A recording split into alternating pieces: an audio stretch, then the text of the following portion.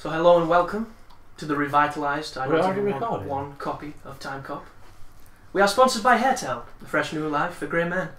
Is this like 1.1 then? Or is it like... It could be 2.0. Or is it like... Oh, 2.0, yeah, that sounds quite nice, I like that. Well, the intro is completely fucked now, so... Because I spoke. I'm sorry. That was 2 point awesome. Ooh. Well, there are 4 people in this room. This podcast is not just the sum of its We parts. could have got through intro with one person just... This I is didn't the even know intro. this is- I didn't do a recording, I This just wanted is to clear the that. intro. The intro's the core. And this is the part where we call out to Love Film to please sponsor us because we use your service and it is great. I don't. 2 thumbs up, 2 ticks. Fuck you, love it. Love it. You just killed the sponsor. I'm jump shit, Blood Film shit. What you on now? Blockbuster. You live near a Blockbuster, you Yeah, racist. yeah, I get same package for cheaper. You can top ticket stuff so they're guaranteed to send that next, and I get half price rentals in store. It's like... You live near a Blockbuster though. Yeah. You don't need to pick it up though. Oh, do they mail it? They- now? No, they mail mail it. them, yeah. I still get... How It's much does it exactly the cost? same. $9.99 a month for 2 discs, unlimited. I get 3. And everything...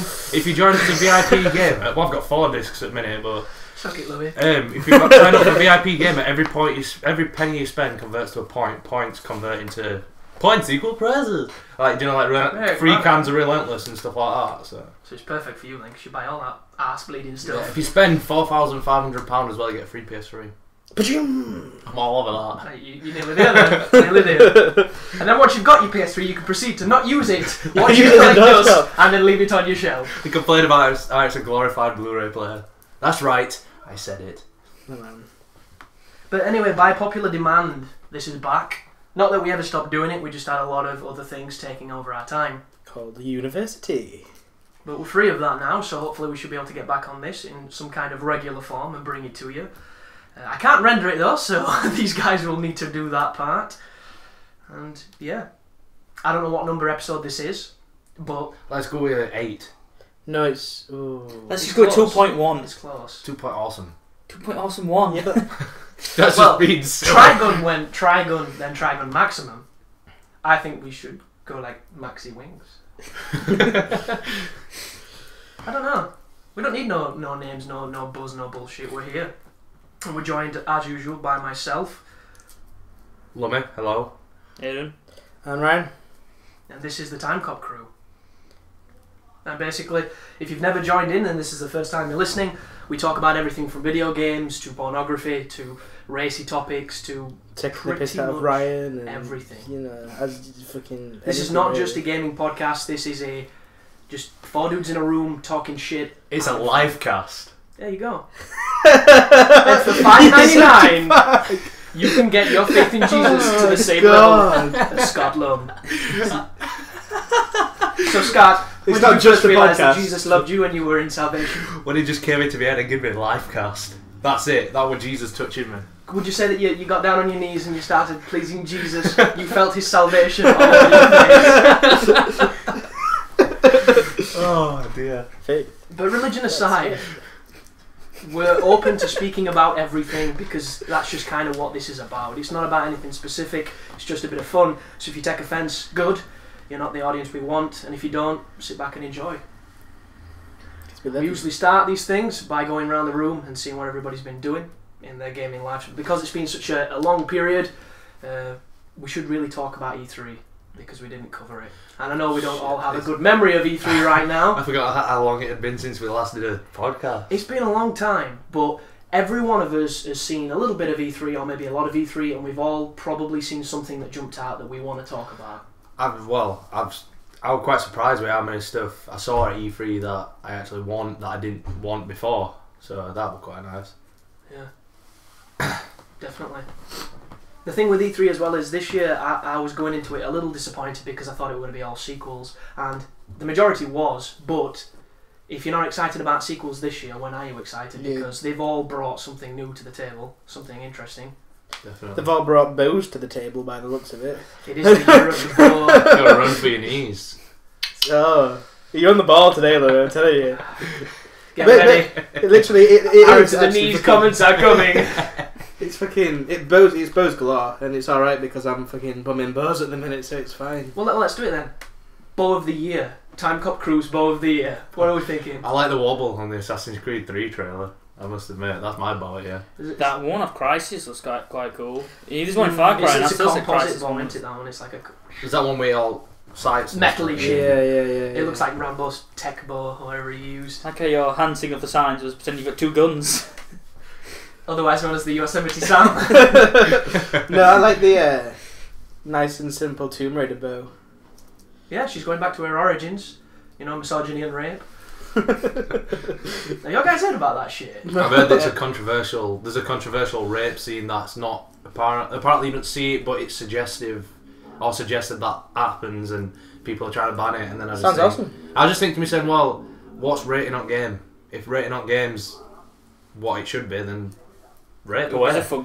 This film's based entirely around rape, and Exactly. nobody gives a fuck about them. So I And don't see why. my college maybe watched them. There is one dividing line though that they're using against it, and that is when you read a book and when you watch a film or a movie or whatever, you're not taking part in the activity. So that is where it becomes a greyish area. Well, yeah, if you're like pressing X to rape somebody, then it's. actively rape. But if it's a cutscene, it's just like a film, surely. Which makes me laugh because this is getting a lot of hype because it's a big title and it's in the spotlight in gaming, and gaming doesn't generally get that big of a spotlight in a lot of mediums because they don't look at it, they think it's for kids. But there are rape games. In Japan, Oh, Right, that's not the point. They still exist. There are still rape games.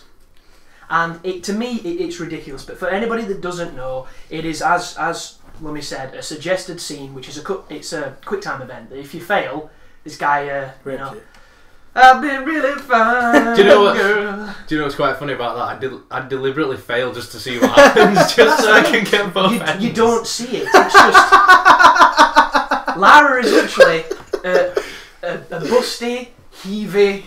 Is it shadowed? At least. She made a shadow puppetry. Well, she's this nubile teen on an island filled with grisly cannibal sexual fiends. So it should do the God of War, where it shows you like a cupboard that's getting nudged. I don't know how that'd work. It's like you just cut to the only woman in the group and she's kind of shivering as she watches the rape. That'd be even worse. Deleted scenes from Left 4 Dead. Or even better, like the camera pans away to the only guy with like a lolly. It's like a lolly with inside mouth. It's like fucking gagging himself with lolly. No, this is a really bad conversation, but Anyway, it's not some. Why don't we just talk about Tomb Raider and move on to it? it's It's not a completely just different tangent. the rape thing as well. It's the fact that, you know, she's making a lot of noises now because she's exerting herself to make it real, and a lot of people are saying it sounds a little sexual. I don't mind that. The guys who designed it in the Metro I reading, they said it is it's very sexual, the game, and it's a lot of sexual violence and stuff. Men protecting women as well. It's like you want to protect her. They're trying to play on that undercurrent to just, you know, having some kind of standards when it comes to. It's a smart design technique, really, because if they're putting it in for a reason, then and it makes you want to like. Not obviously you don't want her to die, you don't want her to take damage and all this, and subconsciously you are like rooting for her and all this. Yeah. And, well, that's a good thing. Well, if you're not, You want to be involved in it. That's Well, the it whole seems point like of a the few game. games to do. It's like The Last of Us. You've got that little girl with you, and the whole point is You want to stop the bad things happening to her. exactly. Yeah, and I think that's great because it's moving gaming into a more mature medium.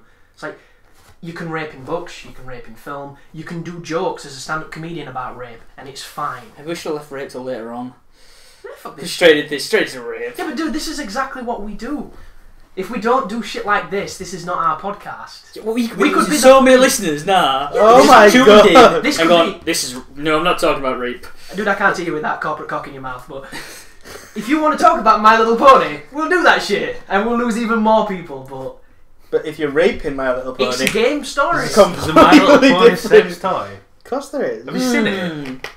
It's disgusting. It's 'cause people Have you are actually obsessed. Has seen he it? actually got like a fuck hole? It's a yeah.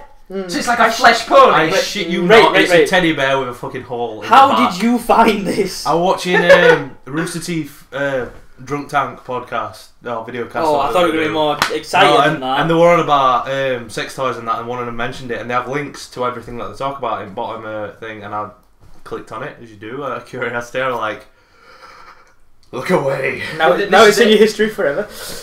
Roll call now, people. Would you fuck it? No. Yes. Yes. Why the fuck not? I'm telling you, the times when I have been fucking horny when I was younger, I would have fucked anything. Sharper than designed pussy in the back of a pony doll. Oh, look at these knives! Dude, I've been iron bottles, like my mum's cooking me crisp and dry, and I'm just going like, oh god. No. Fuck you all. But Tomb Raider looks good. It does look good. That's one of the games that I like. Before E3, I was just like, Tomb Raider, it's another one, and then I saw footage for it. I was just like, it felt very Uncharted. They're Uncharted in it. I mean, that's the thing. The only bad thing about Tomb Raider is The Last of Us, because it's going to be so much better. Yeah. We don't know. It is. Did you see it falling down the river? Yeah, it is.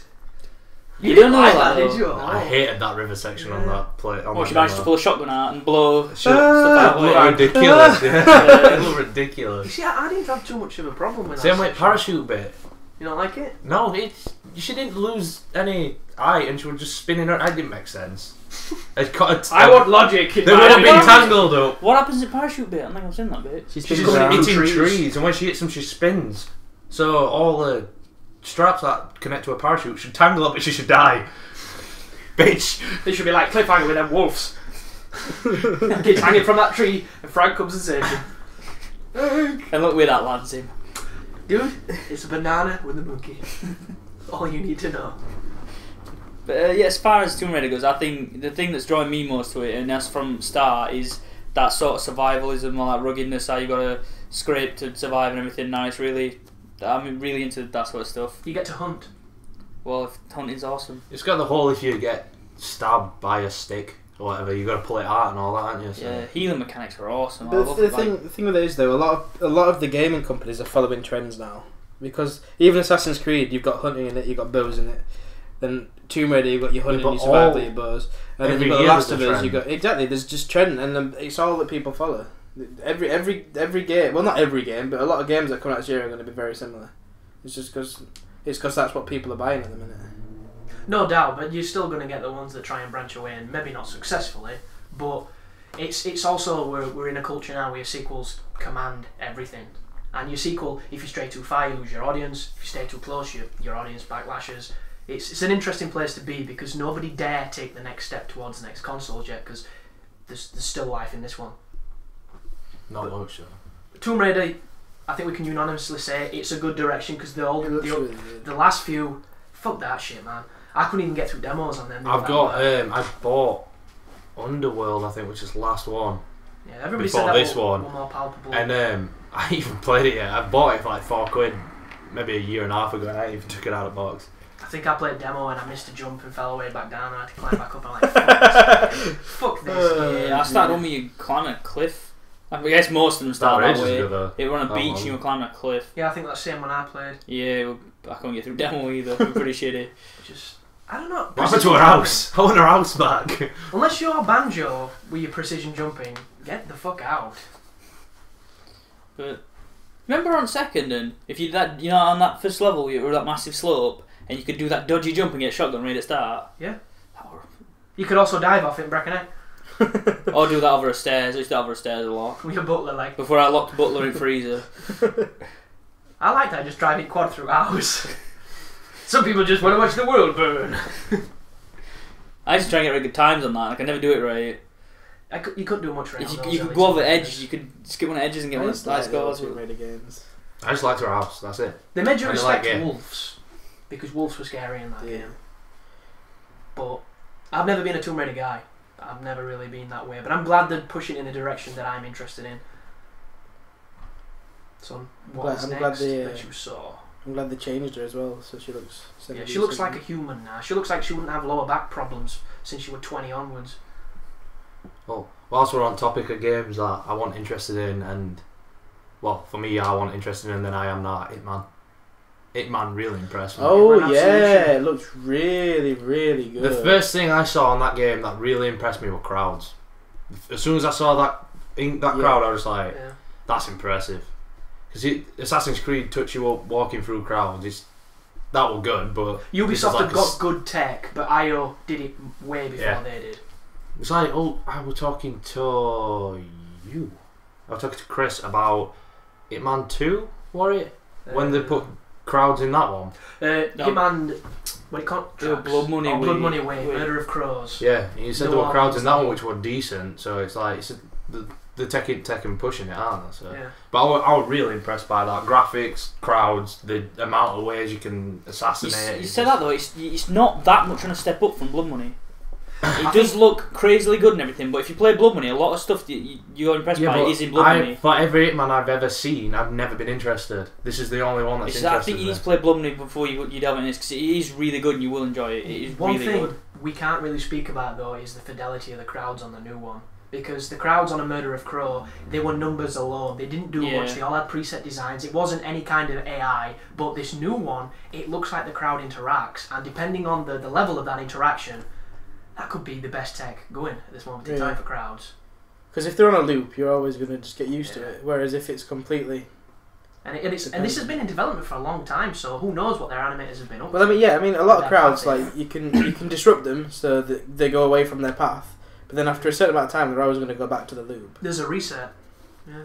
Well, it works on that. It's just like a background noise. You just make it look pretty. They'll just walk in one direction, you shoot, they'll start running, and that's it. And they'll just not stop running.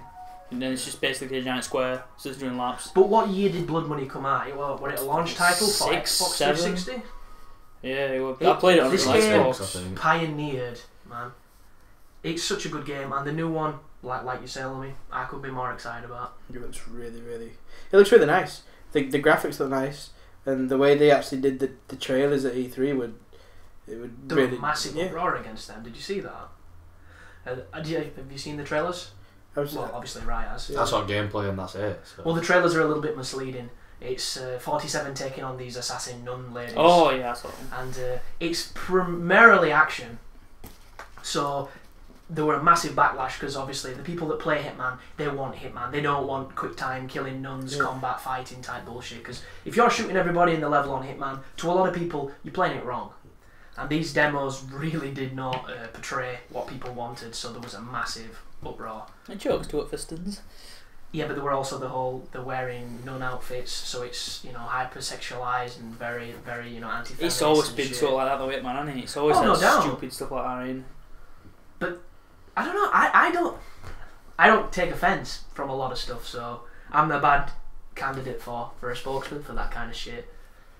I mean, I like the whole stealth genre. I like the old Splinter Cells. I liked playing Deus Ex stealthy.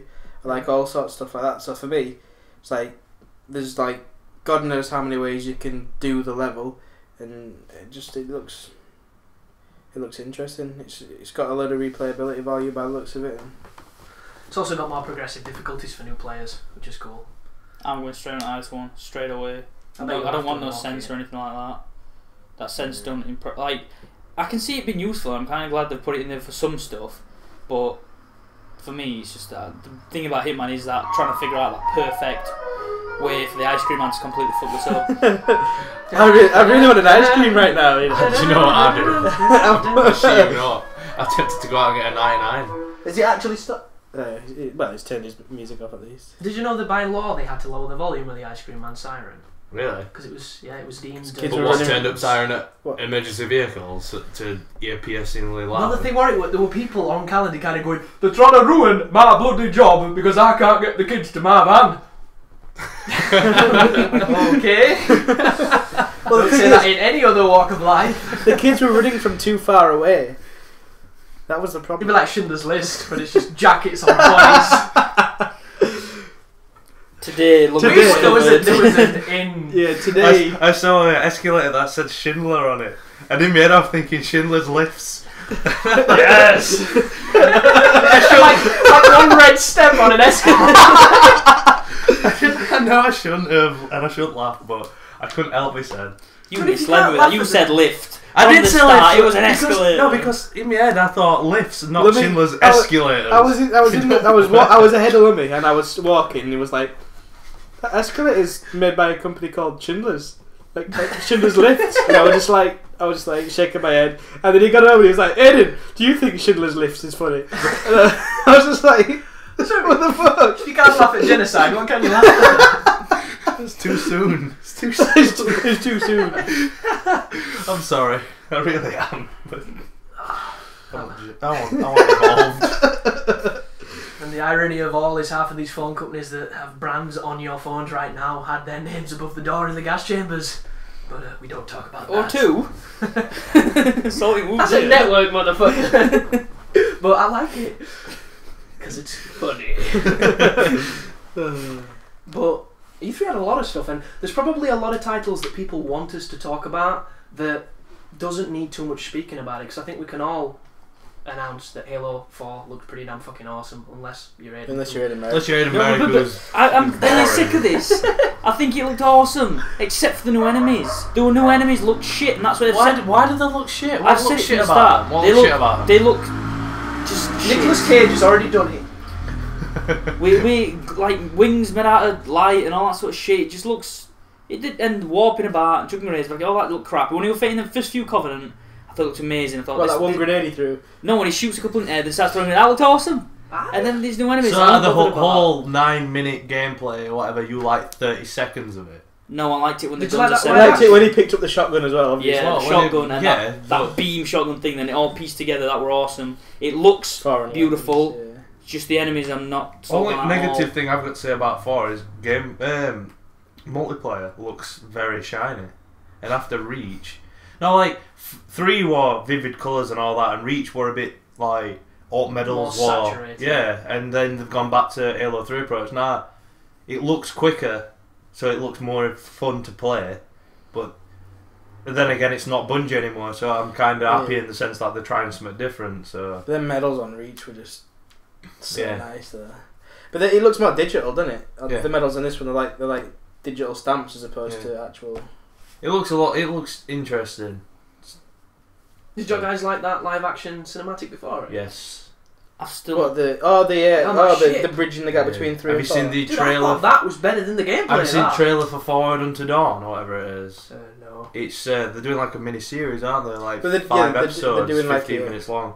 They've done a trailer for it and it looks mint. Live action. That production live value action. though. Fuck me. And you know the main captain? I don't know if I've mentioned this to you, Aiden. Is him out to, is he out to Eraser? No, you know Alien. Oh, he might be. But you know Aliens. Yeah. You know Vasquez's partner with Smart Gun. Oh, he won't blows up here. No, that's that engineer guy, isn't it?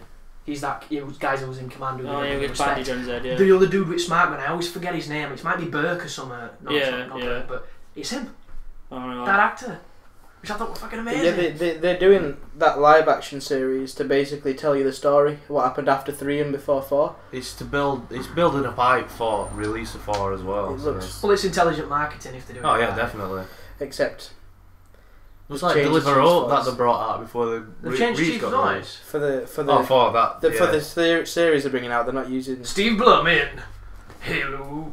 they're not using his voice. First thing I It's said really when I saw it, weird. it's like Chief busts into this room with a lot of Marines. It's like, follow me. Really? What is that? Well, he's obviously more gruff, but it's not Chief, so it's not Chief, safe. yeah. This is amazing fucking segue.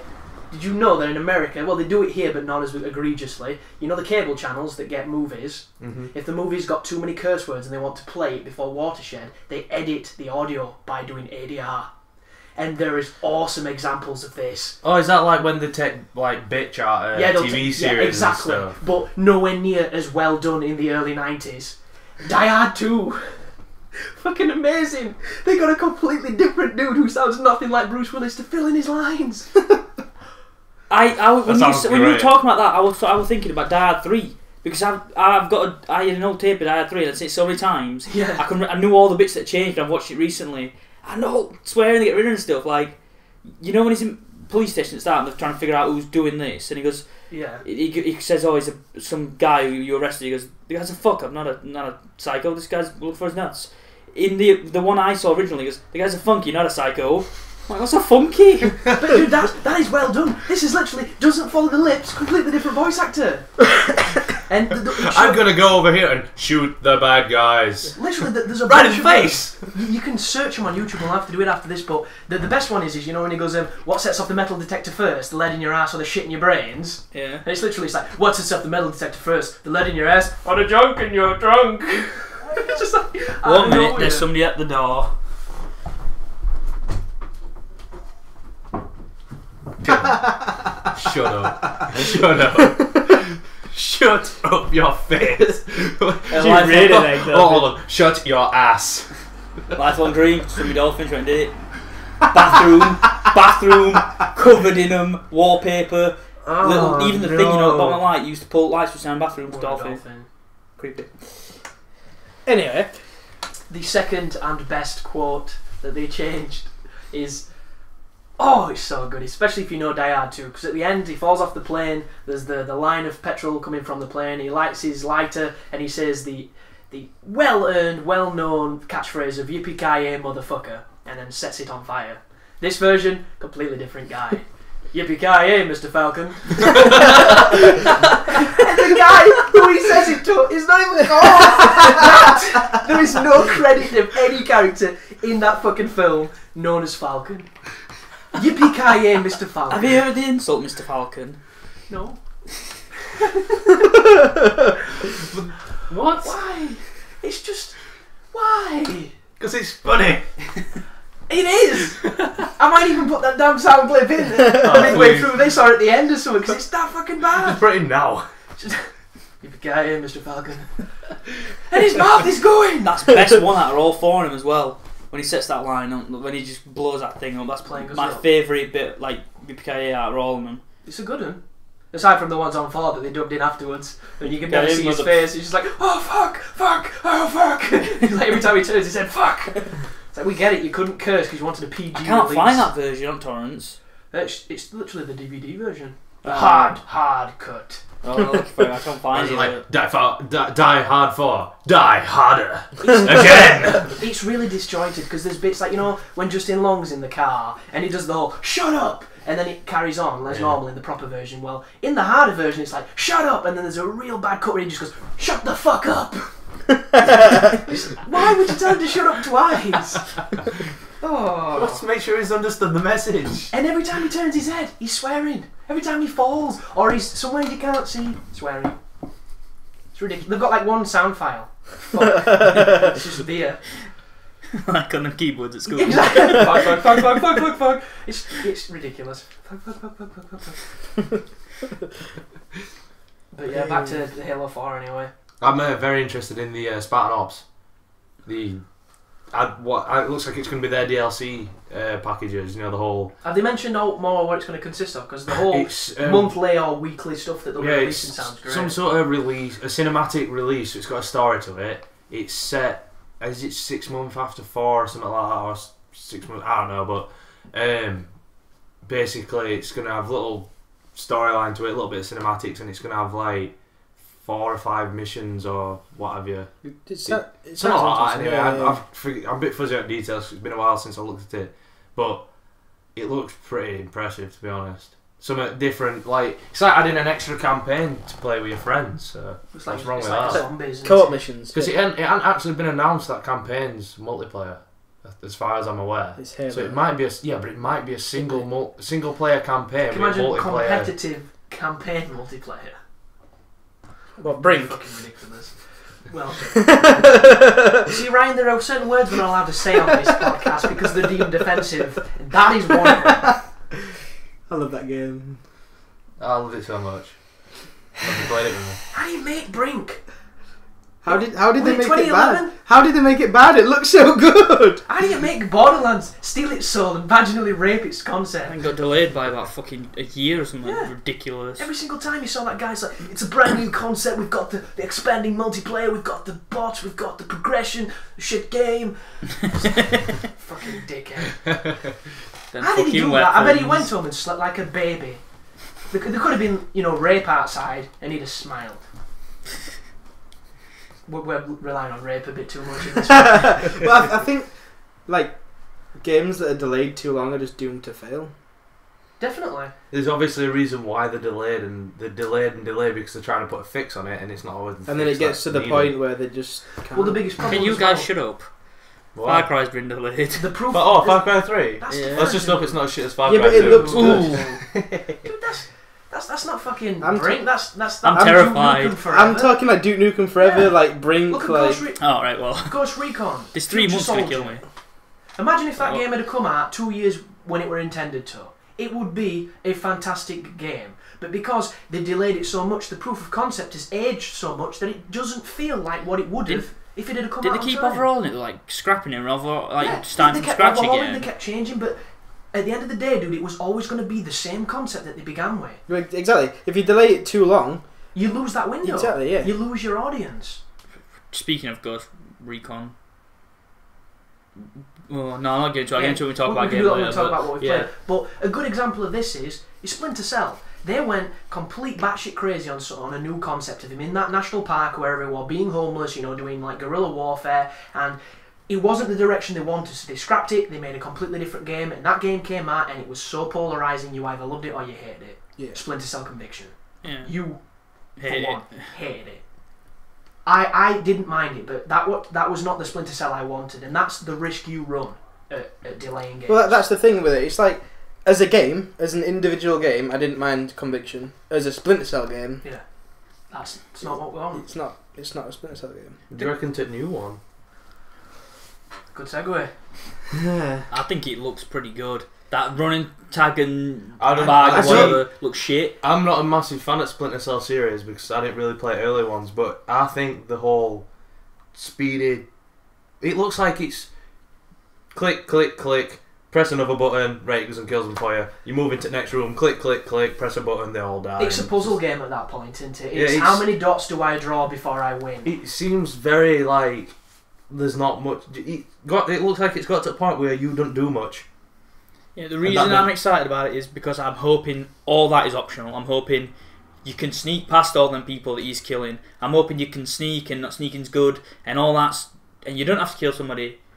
But when action does start, it's going to be click, click, click. Yeah, but I just hope that action Well, doesn't have to that's the start. thing. Yeah. From the trailer that I watched and from what I was looking at, it did look as if it was like a hybrid, if you like, of Conviction and Chaos Theory. It did look like it had some of the older elements in it, but it also had the marking bullshit. He that did stab Conviction somebody in had. the face. He did stab somebody in the face. The one thing that gave me faith in this, because I would like nothing better than it to go back to Chaos Theory, because I think that's the high point.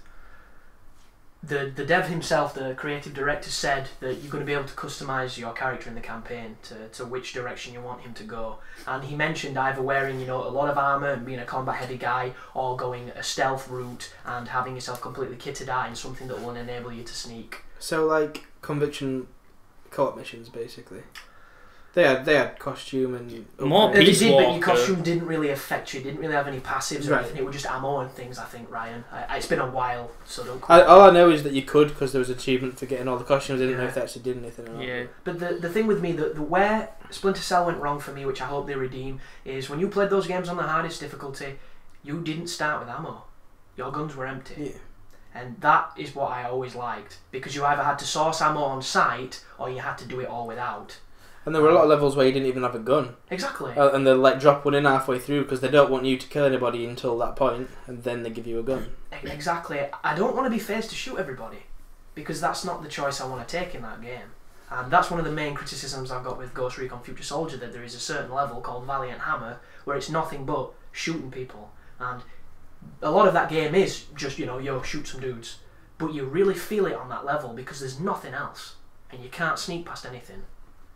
And I'm kind of scared for Splinter Cell because it looks like Assassin's Creed. That's the only problem with it. The fact is, on the older games, if you didn't have a gun, you didn't have that option. You had your sticky camera, you had maybe a couple of shockers, you had your secondary function of your pistol that could take lights out temporarily. Yeah, temporarily. That were awesome. Whereas, Like if you had the gun, even if you didn't want to use it, if you were put in a position where you were stuck, there was a level you of had comfort. you had a gun. Yeah. If you need to, you're always going to use it. If I had a pistol, silencer, it's like, oh, that light's gone, that light's gone, that light's gone, that light's gone. There's a bunch of guys walking around with broken glass all around them and they've no clue. What's happening here, lads? It's like that Where's all this glass come from? It's like that fucking YouTube video. We didn't have the lights. Oh god, that's hilarious. What else did we see at E3? Obviously the Far Cry thing, Assassin's Creed as well. but I mentioned Far Cry first, let me. So we talk about Far Cry. Well, go on, dude, you're the flagship. Well, for I that, think- 'cause I I think- think it looks rough as shit. I think the more shit they get for it, it looks better and better. The co-op looked a bit. It looks rough. It looked rough, but I'm still excited for it. But aside from that, the co-op looked a bit rough around edges. But I think it'll be fun enough if it's done with any sort of a little bit of effort in there. Co-op's usually fun, even if it's terrible. Fear I've got with that is if they divided the team, so one team focused on single player, other team focused on co-op, because that way you generally get a very fragmented game. You can see difference. You can. There's like a clear line down middle of one team to the A next. team campaign, B team co-op. Yeah. Just look at Guerrilla Mode from fucking Ghost Recon. That Did they play the campaign? Did they know what we liked in the campaign? See, the thing with Far Cry 3 so far, everything they've shown you, it's like, look how pretty this is, look how pretty this That is, look jungle's how pretty, pretty that's this is. fucking amazing tech. It looks nice, but at the same time, if you're just running around doing the same mission over and over again like Far Cry 2, it's just going to fall on its face. I said I've got two opinions on Far Cry 3, and what I have two things with Far Cry 3 is I've got a bad experience from Far Cry 2 because I'm sorry, Aiden, but I despise that game. There's nothing in that game that I liked. Opinions are subjective, dude, it's fine. But Far Cry 3, I must admit, I agree with the prettiness, but the whole, from what I've seen, you kill somebody, XP, you do this, XP, you do that, XP. I like XP. I like XP. No, do you know when you do something and it says you just Extra earned peanuts. XP? Yeah. It's nice to know you're progressing. There's a carrot on a So, stick. Like it's, and I saw, I don't know if it's recent footage, I think it's old footage, where he like goes up an hill and he looks down into an area where there's like an house in distance with a river in front of him and then like a couple of guards. Yeah, Ends up zip lining through it. It looked pretty good. It looked smooth. So it's I don't know. I'm on fence. It'll be one of them games that I'll rent and I'll either like it or not like it. It's not so. the Far Cry 2 team though. It's a completely new team, and they've all about the feedback. And he But- says all the stuff that people didn't like, guns jamming. Apparently, people didn't like that. They've got rid of that, and I liked guns jamming. It were annoying sometimes, but I kind of liked how guns shitty jamming. they got. But the thing is, with me, it's like whether it's a new team or not, it's still I'm on fence. I've got no sway in me one way or more than other. So How about I hope it's a good game. I like good games, so I hope it's a good game. I hope it's good because it does look really nice and it should be enjoyable to play. But the thing is, like I said, if it depends, what they've shown you so far doesn't really give you a right lot. They've shown you a little bit of gameplay, and they've shown you a few nice trailers. But Have you seen the E3 trailer when they released where that building's burning down? Yes. And he's running around it. Did you see that And there's a core tiger. 4-player demo? I did see that, yeah. But that's one mission. What if you have to do that in every single mission? For the whole Apparently, game? the missions are pretty varied, according to people said. It's going to be varied. They're getting rid of a lot of same old shit, and that one of the biggest things they said to get rid of. And I hope they do, because I did get bored. I hope you can drive with your map shit. in the way again. That was really fun. It didn't really bother me that, because you could kind of see where you go until you hit a rock that was 2 inches high, and then it stopped your car balanced on top of it, and you couldn't move it. And then this game was you good. then you got to get out, right? Get your wrench, wind it up, right, we're back in. It was shot once. Malt. No. You go to get your wrench, and then that guy in the yellow car runs you over, and then you're 9 miles back at that train yard with no car. Oh God! And that's if you chose to save. And don't misconstrue the negativity here with hatred for games, because nobody wants to play bad games. Nobody wants a game to be bad. We all deep down, or I hope we all do, want games to be good because we want to play them and we want to enjoy them. But Far Cry 2. I just want Far Cry 3 to be bad just because Aiden wants it to be good. So It's much. going to be good. There's no ifs about it. It's going to be amazing. I want Far Cry 3 to get a bad review just so I can see the conflict in Aiden's eyes when It's got a bad review, but I rate one it. 4 out of 10. Will you buy it, Aiden? Yes. I'll have it before release, and I'll be creaming over it, I'm even if it's glad. the worst game ever. I'm glad. I'm Alive got awful reviews. I love that game. I'm Alive had some beautiful concepts though. Far Cry 3 is, to me, selling itself purely on its engine because The thing that That's- is annoying me the most is like, them trees. can they say insanity anymore in any interviews or all? Everything's about insanity. Who gives a fuck? Or for the whole hook of Who cares about The whole hook of- insanity? You're always a bit nuts. We've tried So to make what? a storyline in this game. Let's try to sell it. we couldn't really get a naked African lady with tiny titties to lay on a character's chest without insanity. It's just, I mean, put them tripping See, bits this- in, yeah. this is- All that tripping bit, I'm fine with all that and all that stuff, but Little titties, every time ski slopers. they fucking start talking to that fucking... The developer guy's like, it's a tribute to insanity, Jason Brody's insanity mind, it's an island insanity. That's a It's pretty like good fucking- impression. He's pretty damn. I know, I'm impressed with that. This is why Tomb Raider got accused of raping people, and these people got off with it. Because it's insanity. Yes. It's not real. It's all a Did dream. you see that Far Cry 3 Insanity Train? He were banging this African woman, the main guy, and then it switched to him banging that Voss guy, or other way around. Voss were banging him or something. And he was like, but it wasn't real because it's insanity. Yeah, he was mind fucking him. But was it consensual banging? Because if it wasn't rape, then it's all. I don't know. rape. It's flicking through 4 different people. Can't rape a man if he's erect. That's which a good is point. the most fucking bullshit thing I've ever heard. But I can't believe that stands like as an that actual. is ridiculous. Yeah. Did you know that? Well, yeah, It's fucking bullshit. Actually, isn't did it? you know that? Haven't you had that happen? Didn't you wake up once and somebody was? You remember talking about You this? can't say with me, but you're Right. superhero alter ego. I'm sorry, dude. I just set you up there for a fall. My bad. I'm That's sorry, never I happened, I that won't was do right. it again. Alright. I'll stay in my own bedroom from now on. Couldn't help it. Whenever rape and men come into thing, I always think of 2 scenes from films, and that's Get Into Greek with Jonah Hill, where she's Why trying does to it have have balls? She's having me! And the super, when he's on. Have you seen that is when, so bad. yeah, When she puts his mask you on. can't have sex with me, but you're superhero alter ego can. Ellen Page. I've still not seen that. He's so good. That film is fucking so There's two, good. the 2 sex scenes in that film. The one where they fucking cry, the one where he starts crying, and then the one where she's raping him. It's brilliant. Watch it. Oh, I've been mean to, but It's so uncomfortable at times, that film, but in the best Well, it's like- possible way. so good.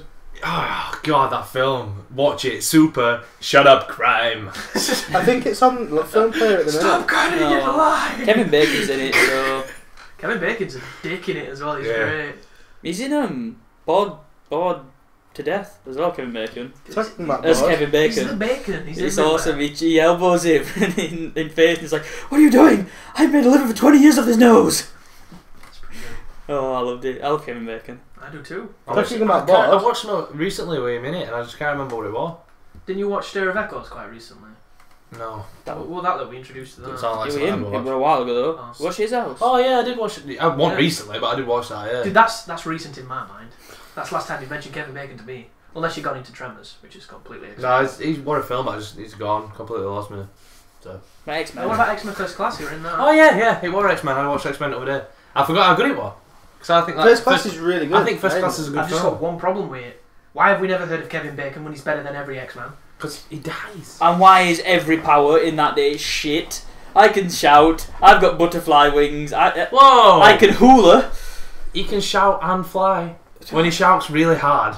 Yeah, there's the other guy who hulas stuff at people, and they've so run out of ideas for X-Men. Oh, It's just bad. Oh, Why are you turns so into a negative vampire. about everything? And that Hula hoops. I'm not negative. I think that game's amazing. Hula hoops. Hula hoops are good. You're not hula hooping energy at people. Which game is that? Which game is that? I explain like everyone. But point being, Far Cry 3 is going to be shit. it's not. X-Men First Class was good, and what's it called? And Fassbender so will were I. really good in it. Yeah. Fassbender. He made it. Well, apparently has a massive penis.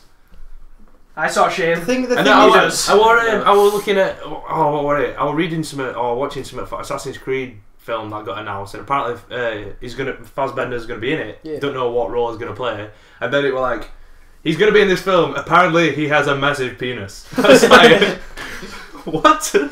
He That's requested neat that to role. know. He asked for it, which is interesting. What? Just to be in it? To or be part of the movie because he's a fan of the games. That's pretty awesome. That is. It's no Mark Wahlberg showing his fucking ignorance, but it's pretty awesome. He's good though. I know I do have a massive man crush on him, but I do love him. Fassbender. Everybody's got a man crush on He's Fassbender. brilliant. In Prometheus though, he made that film. It'd be awful without him. Well, I actually, said that, but Ridley Scott and his production team made that film, but Still no, you didn't. Still not seen it either. I had no Go. motherfucker to go with. No, I've And- got no and draw every- to it. I'm going to intentionally go with Artio and then text you while I'm there. Guess where I am, dickheads. I never Video went. call. I never got to go because nobody asked me to go, and I've tried to download it, but it's just cams and It's all cams and cams, yeah. cams. so every so often you get that film that's brand new art, and you can't get it till pretty much it's released. Yeah, And then I've So got you go one and watch DVD it without rip and I have Chris. one of them gay password things on it. that's bullshit. That. Get this film here. Just sign up, spin Yeah. the jackpot, send off your fucking I won an iPod form. And it still doesn't work. That's what I hate about Twitter. You know, if you put anything, there's a spam bot that reads it and spams you. I've had people trying to send me free fucking iPods. Every single one I respond with hate. Tell them to go and die. I can't. They think they're getting smarter by saying you can get an iPad for £37 and all that sort of shit. By offering super low prices, thinks people are gonna fall for it. Well, some of them they don't even try. I clicked on one, it didn't even spell it right. It was ePad. They're the next ones. Fucking ePad. ePad. It's ridiculous. But bringing it back to E3, anything else worth mentioning? Well, I want to talk about Assassin's Creed. Seems like there were a slight edge towards it in that last bit. Yeah, you fast-bended onto it. Assassin's Creed 3 for me looks amazing.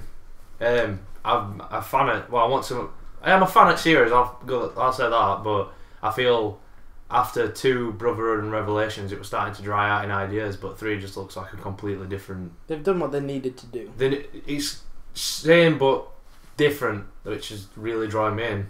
Like the whole crossbow thing, wildlife and all that. I think it looks brilliant. I like the movement. I like the way he moves through the trees, right? As opposed to just running. He dodges around the branches. He jumps through the. I like the way they've. I know it's probably just going to be hold forward and press A, but it looks nice while you're doing it. Oh my God, am I holding forward and pressing A? I'm holding forward so hard. He says, well, when he runs up hills and stuff, and it looks like he's actually having a hard time running up the deep hill. snow and And the stuff. whole, you can assassinate people with any weapon. You don't have to use your Erdem blades Like anymore. a cannon. It just Wheeling it up to some dude. Like inside a chair, just like wheel it up to back at him. lion. Just so you can fly it out at window. Ah! That'd be amazing. Oh dear. Oh dear. I can't get excited for it yet because they've not shown enough that's different. I am so burnt out on Assassin's Creed, it's unbelievable. See, I thought I would be, but Revelations, same with Brotherhood. Both games I started playing them, I like whatever, and towards the end I got right into them, and when they ended I was like, I don't want it to end, I want to keep playing. So yeah, but you didn't save those first-person platform puzzle levels till the end, did well, you? the thing with it is, it's one of them addictive games that doesn't necessarily mean it's good. It just means that you want to keep playing. well, like Mass Effect 3. Whoa. Well, I was addicted to that game, but I didn't enjoy it. Really? I was addicted. I just compared to 2, that game were a fail for me.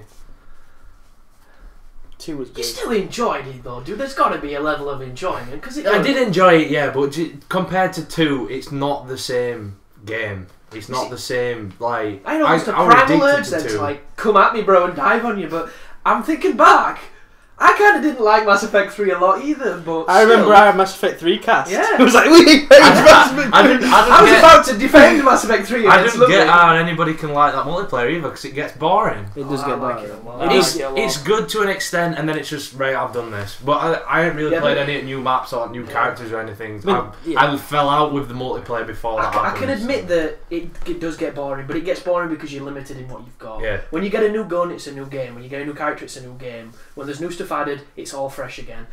It's all wrapped up in a system that's very difficult to get the things you want. That's new.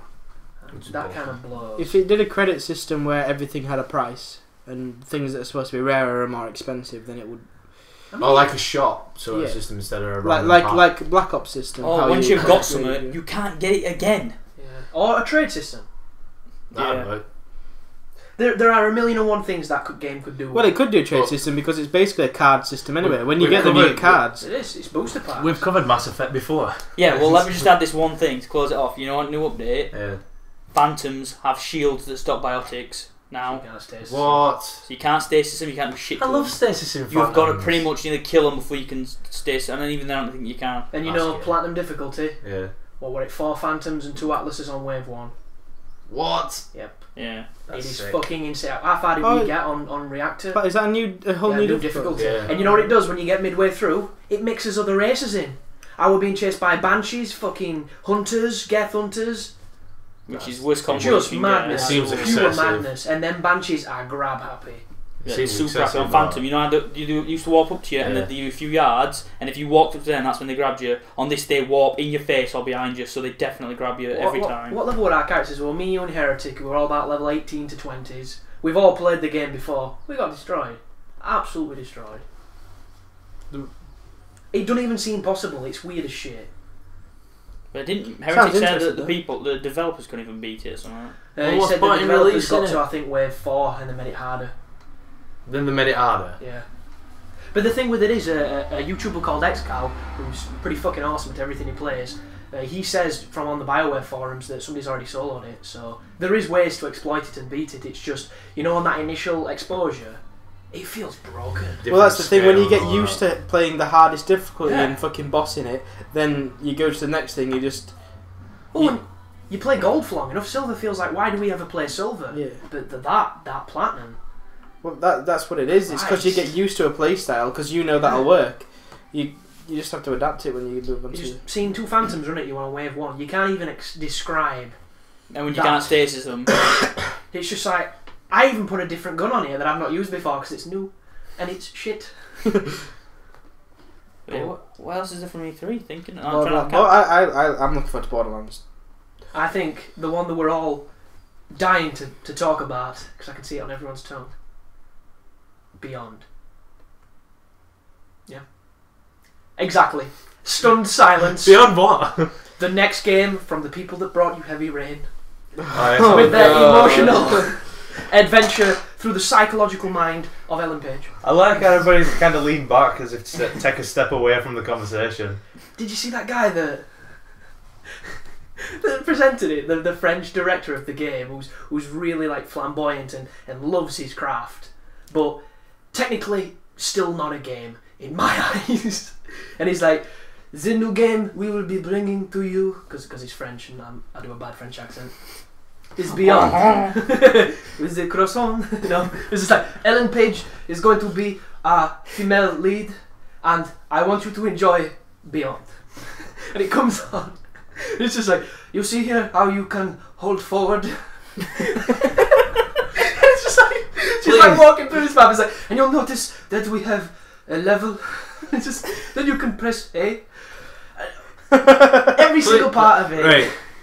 Please tell me this is a piss take him, and he didn't actually say anything close to this. It was similar. It's just like, you'll notice we have the best gameplay. You'll notice cutscene. It was so fucking good. It's like, in this cutscene, you'll notice they have a talking. That was amazing. And he's picking up all these things, all these themes, and it's really well lip synced. It looks fucking great with like performance capture. It's controlling the cutscene and the dialogue. I didn't like Heavy Rain. I didn't like Fahrenheit. There's nothing wrong with that, playing as a bitch and getting chucked around an apartment because there's some guy trying to rape you. Yeah. Again! And it's an experience. But... And you cannot be any more into that scene than any other game. It's not a game, man. It's... I'm watching an episode of this, and then every so often I get to walk up and pick up the shit in his room until he comes back and tells me you can be like, do you want her to get naked and have a shower? But don't get me wrong. Yes, I do want her to get naked and have a shower. I'm really glad people like him exist, that are pushing this ridiculous ideal of what game is, because it's cool, but I do not think... At least he's trying to get what he likes across to other people. Yeah, he's making his vision. Only his vision is... In your opinion? We'd like to interact in the game with the button. The worst thing about Heavy Rain was... Well, everything about it, but the whole point where you can walk around your apartment and you've got to do this to open a cupboard, and it's like, right, you got to go down across, half a circle, then down, right, okay, my cupboard's open. Right, that's the wrong cupboard. Right, okay. It's like Street Fighter with no fighting.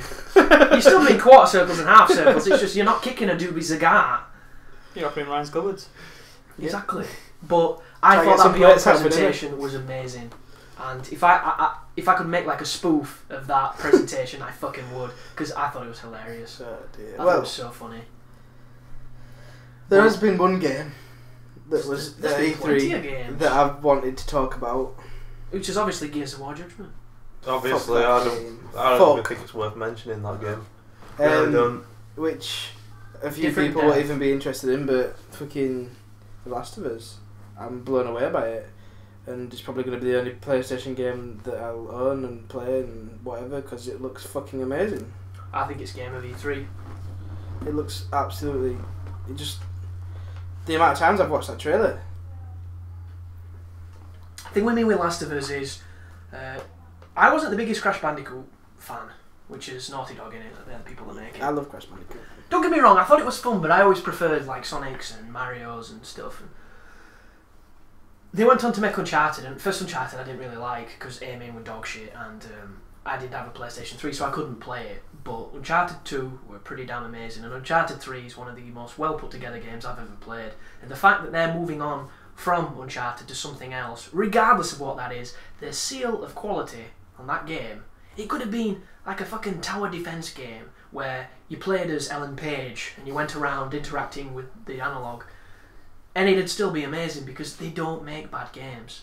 And the one piece of information before I let anybody jump in is, while they were making Uncharted 3, the A-Team was making The Last of Us.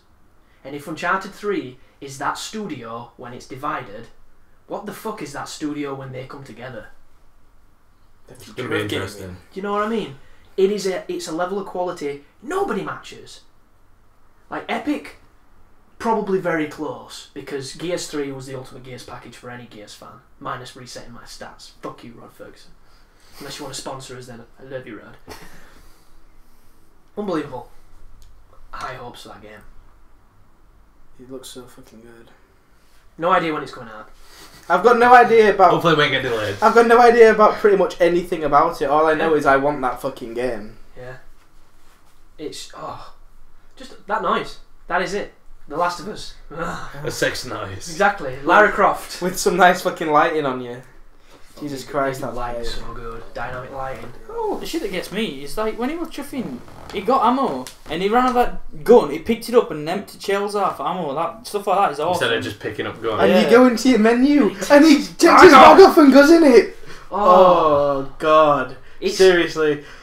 Anyone who appreciates the finer nuances in gaming, that is like masturbation material, because it's those touches that you want that you generally don't see, and they're great at it. And like when you play Uncharted 3 and maybe in Uncharted 2, when you're walking past a wall and Drake puts his hand out on it and stuff, and he stops for a second, or he'll trip a little bit and he'll have to recover his footing. It's detail, and that's the future. That regardless of how good graphics get, that is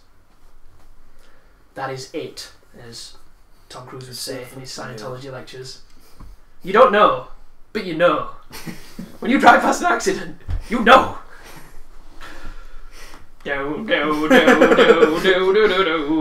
God, Tom. What a wanker. Great actor though. Can't believe he's playing Reacher though, still. Anyway. Such a shame his wife left him. Low blow, Lemmy. Low blow. Anybody that can go through pregnancy without making any sound is a lady you want to keep. Maybe to just beat up every once in a while, but still a pretty good wife. But do you want to talk Watch Dogs? Did anybody see that trailer except for Aiden? Fucking mint. We should really watch that trailer after this so you can have a glance. But imagine Ubisoft with their Assassin's Creed knowledge and tech handling a futuristic, not so much cyberpunky, hacky world sandbox game about espionage. And that level of quality that they bring to pretty much everything. Sounds interesting, at least. And one of the more exciting bits, which you never really know how it's going to affect, is the guy who's playing through the demo at the end of it, it zooms out to another player whose entire mission objective was to assist the player and help him finish his mission without him knowing. And then it pulls out again to show hundreds of people in this world all interacting with each other in some kind of really new pioneering way for multiplayer, which could be bullshit and at the end it could be brink. Yeah. One of the things I read as well is he said the scenario was some guys running away from the police, and on another rooftop another player was carrying on a mission, and he'd get a side mission to help this guy escape and turn around and give him like covering fire. That sounds pretty awesome. That sounds good. No evidence. It's not set up, it's dynamic as well with the sounds. So, but it looks so good. Just everything about it. Just when you just how he looks and what how he moves. It's a very polished demo that they showed. Oh, so is it like? So it's you play a single player campaign, but it's in a multiplayer world. In theory, they've not really said too much. Because that sounds pretty. That's what it looked like. It looked Dark Souls-esque in how it utilises multiplayer. But we were on about a game like that not long ago, where you do your missions, but there's all this other stuff going off, and so it's an interactive world. Yeah, it sounds pretty interesting. It's like what I've been saying for ages about BioWare games. Why can't your team be your friends? Yeah. And that's the whole thing. Why do RPGs have to be forced to be single player? It's a paradigm that they won't break. It's something that they've got so comfortable with that they don't want to change. Well, apparently they're trying it with Skyrim, aren't they, or Elder Scrolls Online or whatever. They're doing a Fallout Online. Yeah, but that's different. It's not. It's going to be an MMO, isn't it? And it's also the MMO framework from like 2006. It's going to be the whole. It looks horrific. You've got about 20 million abilities on the bottom bar, and you probably scroll through 3 of them. And you walk up to a dude, go collect 6 pig tongues. You go kill 6 boars, come back, go get 16 pig tongues. I didn't know what it was exactly. I thought it was just going to be like, it's going to be like Skyrim with your buddies. They're just milking the license, the Elder Scrolls license. It's like when Final Fantasy did it. It is. It's exactly that same Right, thing. I see. And it's Fallout sad as well. Exact same with Fallout. It's sad because you know if Bethesda took their expertise in making a massive world and translated that into some fresh new designs for an open world MMO type deal, it could be amazing. It could be amazing, but unfortunately, well, it doesn't really affect me because I don't like MMOs. But And the thing that I thought on Watch Dogs, going back, was that sounded awesome. If it works this way, is that apparently there's a million ways to do stuff. Like on this demo, he goes into this club and some woman sees him and he identifies her through phone records that she works for this dude who he's trying to kill, and then he is phone recording. This guy says he's coming of it. He goes outside and he hacks the traffic lights. There's dudes coming on, and all cars have like a 20-car pile up. And then all these bodyguards jump out and it starts having a shootout where all these cars are just crashing and everything. And it sounds awesome, but interesting. I mean, you haven't said a bad thing about it yet, so I'm quite looking forward to seeing this trailer. It's just nuts. Like he hacks some guy's phone and his phone starts having service problems, so he can get past him and sneak past these bodyguards to get into this club. And then he realises that they're coming out at the back. He walks out onto the street, sees traffic lights, sets them all to green. Everybody sets off and it blocks his barricade. And he just goes in and starts gunning down bodyguards to get his target. Sounds awesome. It's interesting, but you don't know how much of it is scripted and how much is built, because when he's walking down the street, every single person you see is doing something. And is that going to stretch out for the full world? And if so, how many discs is this thing going to fucking be? Yeah, and when he hacks that guy's phone, he doesn't just like move or something. He's walking around going like that, trying to get signal on it, and he's slowly getting away from Dua before he turns and goes past him. And that is being displayed on the highest end PC imaginable. How the hell does that compress down to a dev kit on a console? It's like that 1313. Is it 1313? That Star Wars game that got showcased. That best tech ever. Yeah, that looked beautiful. There's no other word for it. It looked really smooth. And I was like, that game's going to be amazing. And they were like, oh, that's just PC graphics. Well, I thought, how is this going to look when it gets done? And yeah, Brad Shoemaker from Giant Bomb said it was, fidelity-wise, the best visuals he's ever seen. Because it was running, a solid clip of like 80 frames per second or something ridiculous. Because obviously PCs can go much higher than 60, and just power, raw power. Yeah. And then what else little old Xboxes. Move on to what we've been up to. Well, yeah. We're running dry on stuff. I mean, well, there's plenty of stuff to speak about in E3. It's just a case that we haven't really got a list. Yeah. It's like fucking Borderlands and South Park game, and there's loads of things that I'm looking forward to playing, but a lot of them I don't know much about yet. It's just like I've seen a couple of trailers, seen a bit of gameplay, I'm excited for them, but they haven't really told you much about them. Yeah, we kind of sucker punched on what we can speak about for a lot of it, because it's been a while since E3 happened. Like when we were filming in that graveyard that day when we were both like pumped to shit because we'd just done naught but watch trailers, would have probably made a better podcast. It would have probably made a better film as well, to be fair. Yeah, probably have more effects on it. But it's moving swiftly on anyhow, where we can move into the area where we go around and see what people's been doing, how they've been spending their time, because it's been quite a long time since we've coalesced together in this room. So, Ryan, we'll go your way around. What have you been up to, buddy? In the words of that elite from Halo 3, I've been doing work. Pretty much. I've been working full time since we finished uni, so... How are you finding it? I don't mind it. At the minute, I don't mind my job. I enjoy what I'm doing, so... So there's no gun in your mouth just yet? There's the odd days when I have a bad day because somebody's pissed me off, but I get over it. And I come home and kill people.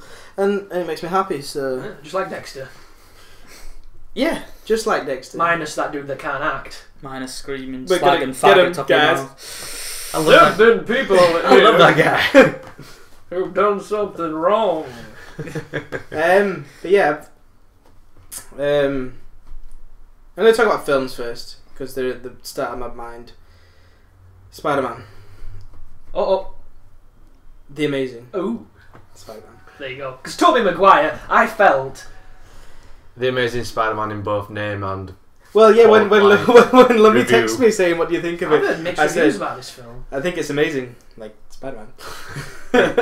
I've got nothing but good things for that film. Oh. Yeah, I thought Avengers were good. Yeah? Fucking loved that's it. a Spider-Man. Absolutely loved Because it. I know your opinion on it, because you got gidded to me. But I've not seen... Oh my Raya is not so easily swayed with his films, because when he watched Skyline, he didn't realise it was an amazing piece of science fiction. I have a lot of hate for a lot of films. Yeah. That film's a good fucking film. Why is it a good film, Ryan? Because it made me hard. Not I think we should start this podcast now. I want to see this. Carry on. Why did it make you hard? It's way it flows with through the thing film. that I think the one thing that makes it better than it would be to just somebody going to watch it is the fact that you will always have an idea of what Spider-Man was in your head because you've already seen them, and then when you go and watch the new one, it's so much better, and it just I loved it. I thought the actor who plays Peter Parker was a million times better. Whoa! Have you seen that scene on Three's walking down the street dancing? It's so evil. And I like how it follows the comic. I'm not a big comic reader. I'm not like it has to follow the book kind of thing. In volume 22. I like how it does that. I like how it plays out and how he doesn't have weird things that can shoot webbing out of his wrists. He actually. Well, what supporting roles like? It's Emma Stone, isn't it? Yeah, who plays she's the good. She's gorgeous. Very She's good. a great actress, and she is extremely attractive. I think I liked about Spider-Man as well is it shows you how he builds trust with like populace of New York. Yeah. At first they're like, who's this guy? He's a freak and all this, and then there's an incident with Lizard on the bridge, and he saves a guy, and he saves a guy's kid, and it comes back around towards the end of the film, and it's like it shows you that he's only human because he's at the end of the film he's injured. Yeah. And he gets help from. Spoiler alert. That's not a spoiler alert. He's going to go through struggle before victory. He gets victory. help from the people of New York. He's not as so it's like it shows you the acceptance of this hero. Is it as gay and fisting when they're all chucking cans at Goblin? No, oh, it's not. God, that were awful. It is pretty cheesy though. It is pretty cheesy, but it works. It works well. I enjoyed it thoroughly. I'm going to go see it again. The simple thing of having the web capsules instead of it coming out of his skin, It makes it so much more. The comic a lot more. Yeah. So playing devil's advocate here, I listen to a lot of podcasts, as you guys know. One of them who mentioned watching it didn't like it at all, and he didn't like it because he felt that it was soulless. He said that Peter Parker didn't have nowhere near the charisma of Tobey Maguire's version, and everything felt empty, and I didn't know what to take with that. I find it hard to believe considering 3 films that Tobey Maguire did, he didn't bring much character to the character. I think he brings a lot of character to him. This new guy, I thought I don't know Tobey his Maguire called. were fine. I'm just going to say I didn't like the latter films, but I thought the first one was great. The only one downside I said when I first started watching it was at the start of the film, he's wearing contact lenses, and the guy, he doesn't look that. Peter Parker. He needs the glasses. Yeah. He's got his skateboard and he's a bit of a rebel and he's got his contacts, and I'm like, this guy's too cool. He's too cool. To be this guy, and then eventually he starts wearing the glasses, and it gets to be he is a bit more geekier than he first portrayed. But I think he's good. I think he plays the character well. I don't think he's empty. I mean, he's got comedy in there like most of the new superhero films have in them, and I think it's good. One of the best things for me is combat. Through and through is simply because a lot of combat in films, and we talked about it when we saw Batman today, and it goes to Dark Knight and to Batman Begins. A lot of Batman combat is twist and punch and block and twist and punch. That's all he does. But with Spider-Man, he's good though, isn't he? He's good at that twist and punch. It's pure strength. But with Spider-Man, he's all about speed and it's like flexibility. Using their strength against. And he's bouncing off it's the walls. It's more about evading. So somebody comes at you with that punch, and as long as you can. It's like a dodge and a counter instead of just a straight up strength block. So it's good that it's almost as how if Spider-Man Spider-Man's doesn't supposed have to be. metal arm guards with spikes on them. Well, it's basically what it is. It's like Spider-Man is a kid. He's been bitten by a spider. He's got strength. He's got a lot of strength compared to what he had before he got bitten by a spider. But at the same time, he's a teenage kid. Does he still have that finger bullshit where you see those little like barbs? No. Don't worry, that's not I'm there. glad. Instead, like suckers. But yeah, he's a teenage kid at the end of the day, and although he's got all this strength from all the crossbreeding genetic shit and whatever. Yeah. At the end of the day, he could be overpowered by somebody, so he doesn't go toe to toe with anybody. He uses them against them, and he uses his abilities to get around people and stuff like that. I think it's.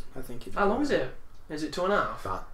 It didn't feel it didn't feel that long, but I went to go see it, and when I got out, I was surprised how late it was. So I don't think it's a short film. Oh, so that being said, I didn't think remake of King Kong was long, because when I went to watch it, I enjoyed it, so I were in. Yeah. Yeah. And that's what, like We 5 days and 3 weekends. It's like Spider-Man and Avengers. It was in and out. That were it. Yeah, It felt like that. But it's like today. We went to see Dark Knight Rises, and it felt like a long film. It felt like I was there for a long time. Is it like Return of the King, where every time the screen goes black, you stand up and it comes back on? It wasn't Fuck that. off, It wasn't Ego! that bad. I want to leave. It wasn't that bad, but yeah, it feels short, but it isn't short. Cool. I'll have to check that. It's definitely worth watching. Definitely worth watching. That's the key point. That's all that matters. No idea where we were. I enjoyed Spider-Man. Yay! I didn't enjoy Dark Knight Rising quite as much. Motherfuckers. And they didn't invite me, so send them hate. Yeah, we didn't invite Chris because Lummy forgot. Bastard. It takes 2 to ask a third. I did. I asked Ed. He said no. You didn't. You said I'm going to see Dark Knight tomorrow. Do you want to come? Was implied. I'm sure it weren't. So why It's are we alright, I didn't talking, want it in there folks? anyway. No invite. 3 motherfuckers. This is a crew, apparently. Crew of I Judases. invited Steve anyway. Like I said earlier, when we set off, I thought, who else do we usually invite? And I didn't I'm so voice it. forgettable. I'm the quietest member of the group. I'm not going to get involved. The least offensive, the least gonna, polarising. Move on from the disappointing Batman to Any other films? I'm going to move on to games Moving on to games. because That's what that's we what do. I do. Yeah, and steering away from what I've been spending most of my time on, because I'll talk about that later. I'm going to talk about my console gaming first, which is limited at the moment because I've not been playing it that much. But I've been playing Kingdoms of Amalur again. I've talked about it a lot in the past when I first got it, way back when.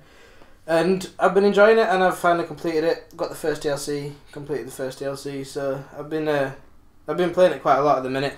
And I had a big break from it because I lent it to Lummy for a while, and he completed it, which spurred me on. But I was just saying to Chris, Off microphone.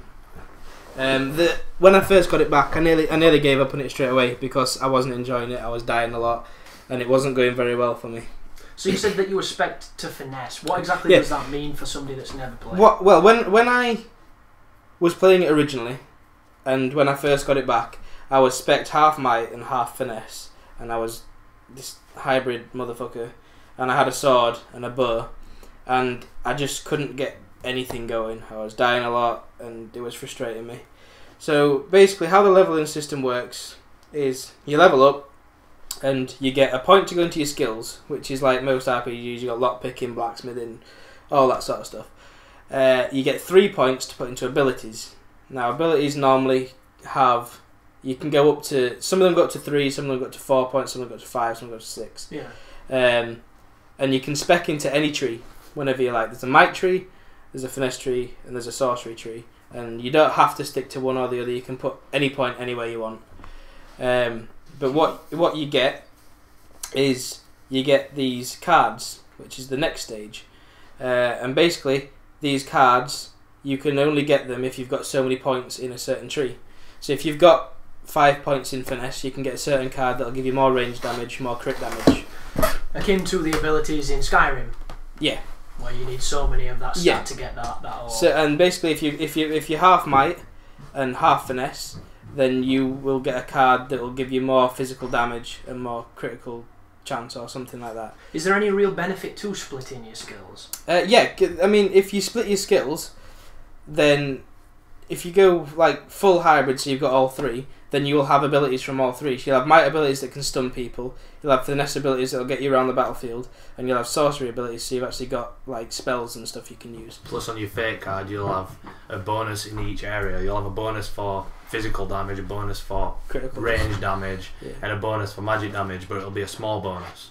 As where if you only spec into one, you get bigger bonuses for that card. Yeah. Yeah. So it is very interesting how you can play. You can play it in loads of different ways. And like I said, originally I was spec'd into half might and half finesse. And what I had the abilities that got me round the battlefield and could keep me fairly safe. But I was spec'd so that my long swords did more damage as opposed to my daggers and stuff. Yeah. So I was using a long sword, I was using a bow, and it was doing decent damage, but I was taking a lot of damage at the same time. And Risk and reward. I got sick of it basically, and I was like, alright, there's an achievement that is for getting the top tier in one of the trees. So that would mean to get to level 36 and only spec into one tree, and you'll get enough points to get the top tier card. Now, out of all the trees, I enjoyed finesse the most, so I thought, fuck it, I'll go for finesse. I'll see what happens. Pump finesse. And changed my weapons, so I didn't use a longsword anymore. I changed to daggers at first, and then eventually to what's called Fey Blades in this game. And they're sort of like daggers, but they go all the way up your arm. They're like nightsticks. do you know is it a battle if or whatever that Klingons use on Star Trek? Yeah. Flip it other way so it curves on outside. Yeah, it like curves It's like up your that. arm. So It's when like you that. go to so when you go to Thing. so when you go to punch, But instead of handle, it's a blade all the way down here. Oh, cool. And when you use it, as opposed to doing like a swipe, he does like spinning moves and stuff like that. So you've got blades all around you when you're doing your combos. You wield two at the same time. So basically, if you get somebody in a combo, it's really good for getting in, and you've got abilities to get out. So if you get into the middle of a crowd and do your combos, you're doing damage to all of them because your blades are going all the way around you. So my tactic basically was, to begin with, I had an ability that basically dashes through somebody and stabs them in the back, does a decent amount of damage. Cool. And then you can focus on that one person. And when you're using your abilities, you stagger the enemy, so they get knocked back and they can't attack you. So what I'd do is I'd find the most powerful enemy, I'd dash through them and knock them back out of the rest of the team and just focus that enemy down. They're dead. And then once I started getting some levels and I started getting a higher level, I'd just be jumping in and just been like, once they're staggered, they can't hurt you. So if you're in the middle of them and you're doing these abilities, as long as they're getting knocked back, they're not hitting you. So I just got to the point where the combination I was using, it was just working for me, and I started really enjoying it again. And I got an overpowered bow, and Year the bow. and I'm into bows at the moment. And I got this bow, and what happens? You get an upgrade on the finesse tree, and this bow goes from when you charge it, you could do a normal shot, you could do a charge shot, and originally the charge shot just shot one arrow that did more damage than the standard shot. And I upgraded it so that the charge shot did a multi-arrow, so it shot like 5 or 6 arrows out. Cool. Now, the way it works is each arrow has its individual damage. So if you get into somebody's face and do a charge shot, they die. All 6 arrows hit them. It's like Focus game fire, over. good night. That's one of the benefits of specking into finesse as well. The more finesse you have, the more arrows you can carry. have. Yeah, and, the arrows. infinite arrows that respawn, like regenerate over time. Yeah, the ammo system for the bows is weird. At the start, you get like 5 arrows. Now, them arrows regenerate, and you can use them as much or as little as you want. Can you spec to put the regen time down on them? No. So Always. And it's only a couple of seconds. It's not that long, but the most annoying thing is I've spec'd it, so now I get about 10 arrows before I have to. Now when I do my charge shot, it still only uses 1 arrow, even though it fires like 6, so it's not too bad. But if they start regenerating and you fire an arrow, it stops. So if you've only regenerated 2 of your 10 and you fire an arrow, you're back down to 1 again. So it's cool down again. So you've got to wait until they've all regenerated to get the most out of them. But yeah, basically I spec'd all the way into finesse. I got used to the Fey Blades and I started doing really well. Got this bow that was super powerful, and just started getting into people's faces, taking them out. And once I started actually not dying and killing people, it's just so fun. When the game became fun, yeah, you had fun. Basically, but yeah, that's what it was. When I first got it back, it'd been a while since I played it. Still getting used to it, and I know people have different opinions, but I hate blocking in games. I fucking hate having to block in games. I know you like the whole. That's fine, dude. I hate blocking in games. So when I was specking into Might, whip my body. I was specking into Might, and I'm like, I'm supposed to block this guy to parry him, and see, I love that about that game when you do it last second, and it's like Gears of War, it's slow down. I love it. And you can get an ability. You can get an ability that's in your tree, so that when you parry, if you press attack at the right moment, you do a special attack. That is literally all I'm going to do on that game. Yeah, you get different combat. That's what I do. Different ones for different weapons, and the Feyblade one, you basically do is jump in spin, and it attacks them, and then you slam them down onto the ground, which is really good. But I don't block. I forget to block. Like, this is why games like Batman Arkham Asylum and stuff like that, I don't block. Well, it's easier to not block on that game because he just does his little cowl thing, which is not too great. But I get what you mean, though, dude, and get what you mean. That's why I wasn't enjoying it, because I was spec towards a class that was supposed to block, and I was, as soon as I got out of it and I actually played to how I like to play, which I think is one of the biggest advantages of the game. You can play how you want to play. If you want to stand at the back and fire fucking meteors at people and summon beasts, and you can do it. You can spec into sorcery, you can summon things, you can heal your summons so they don't die, or you can get into the face, you can stab them with daggers, or you can go into Might and just like stagger lock people. So it's a really interesting game to play. So. I love the demo. I can't wait to play it. You been playing anything else? Since our last podcast, probably, yeah. No doubt, we've all played quite a lot since then. I did the new endings on Mass Effect 3. That's not really interesting. I'd played a bit of Azura's Wrath because I got it through Love Phil. You did, and you had fun with Yasha. Yeah, I got to that. Correctly. I got to that point, and never played it again. The thing with it was one of them games where I played it in between games of League of Legends. It was like I would play League of Legends. It's like, oh, between a game, we're queuing for a match. Let's play a bit. Oh, we're in a game. Pause it. It wasn't. I'm just jungling. Click. It wasn't. Yeah, basically gang, jungle. Yeah. Anyway, so that's interesting. I wasn't in the game. I was just. It was something to do while I was waiting for my game to load, kind of thing. Yeah. So I never really got into it. So I should really give it another chance. But you see, to me, dude, how you played that game is sheer insanity. Because when I put that disc in, I couldn't help but play it. It was the dumbest fucking fun I've ever had on a game in a long time. I don't block.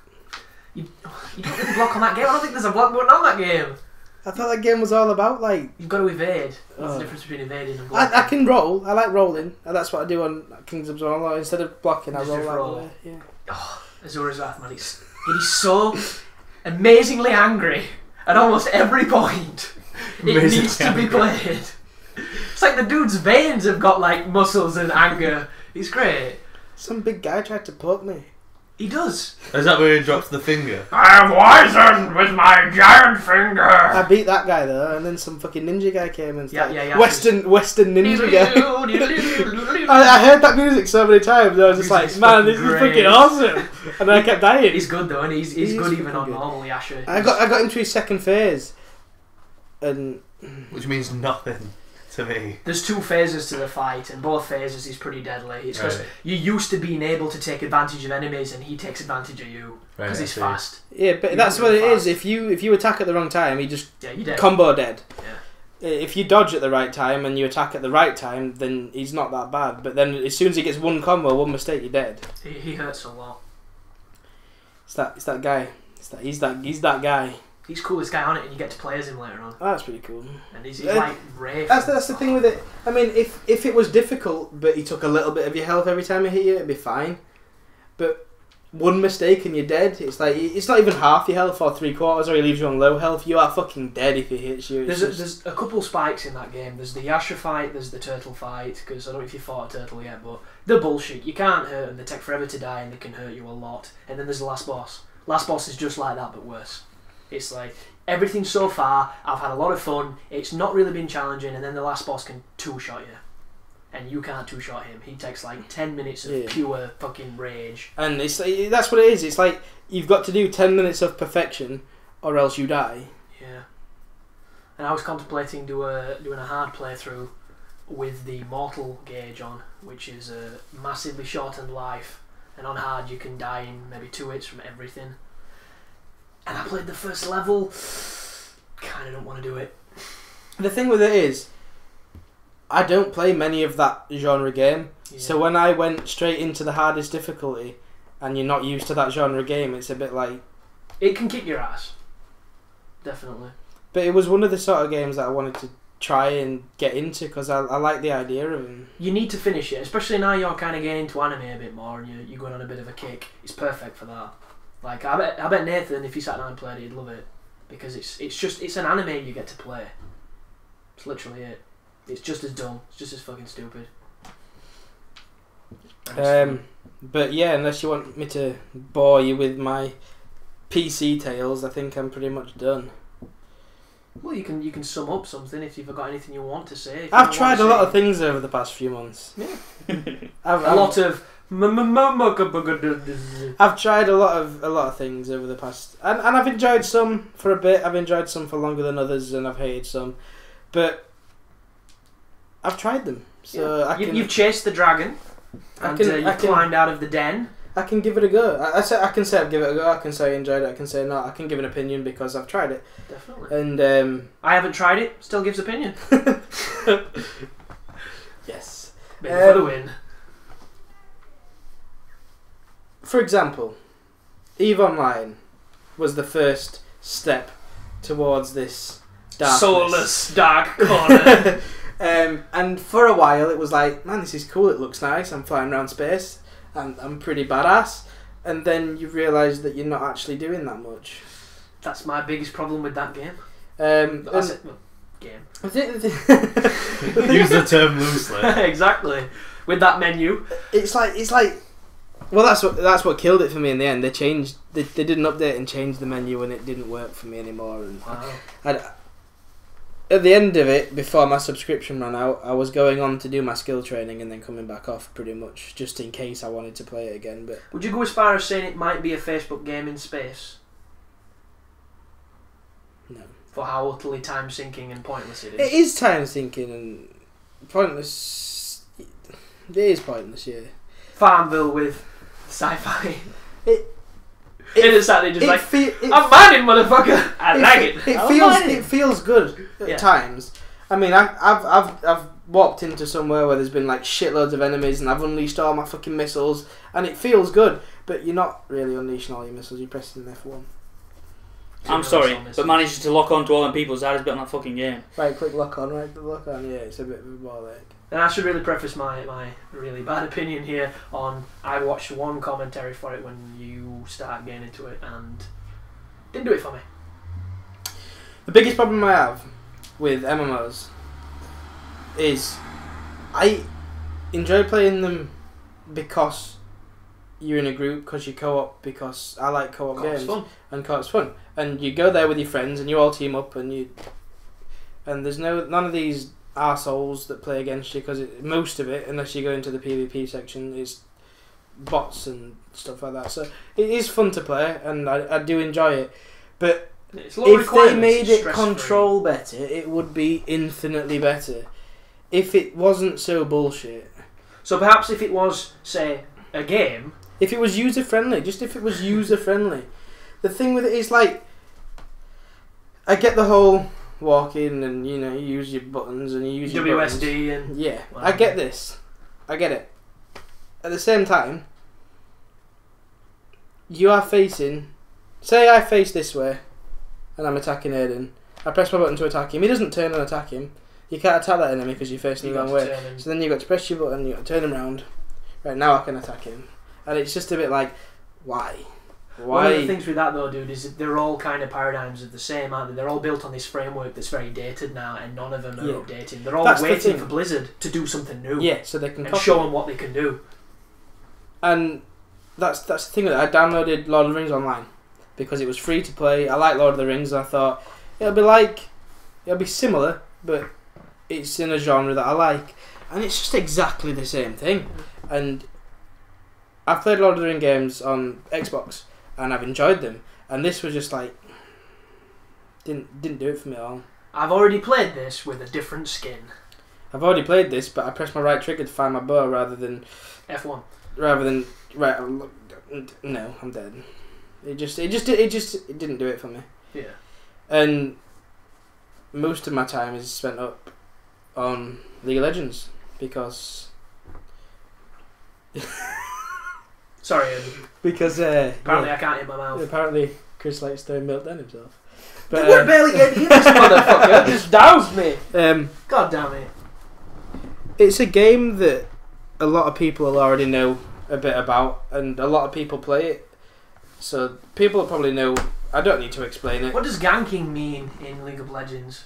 I'm curious. Basically how it works is early at the start of the game for the first sort of maybe Ryan, 20-30 minutes. Do it simple way. 3v1. If you're in lane against an enemy and then more of the other enemies turn up from an alternate route, that's a gank. Yeah. So it's a gank. It's basically teaming up on people.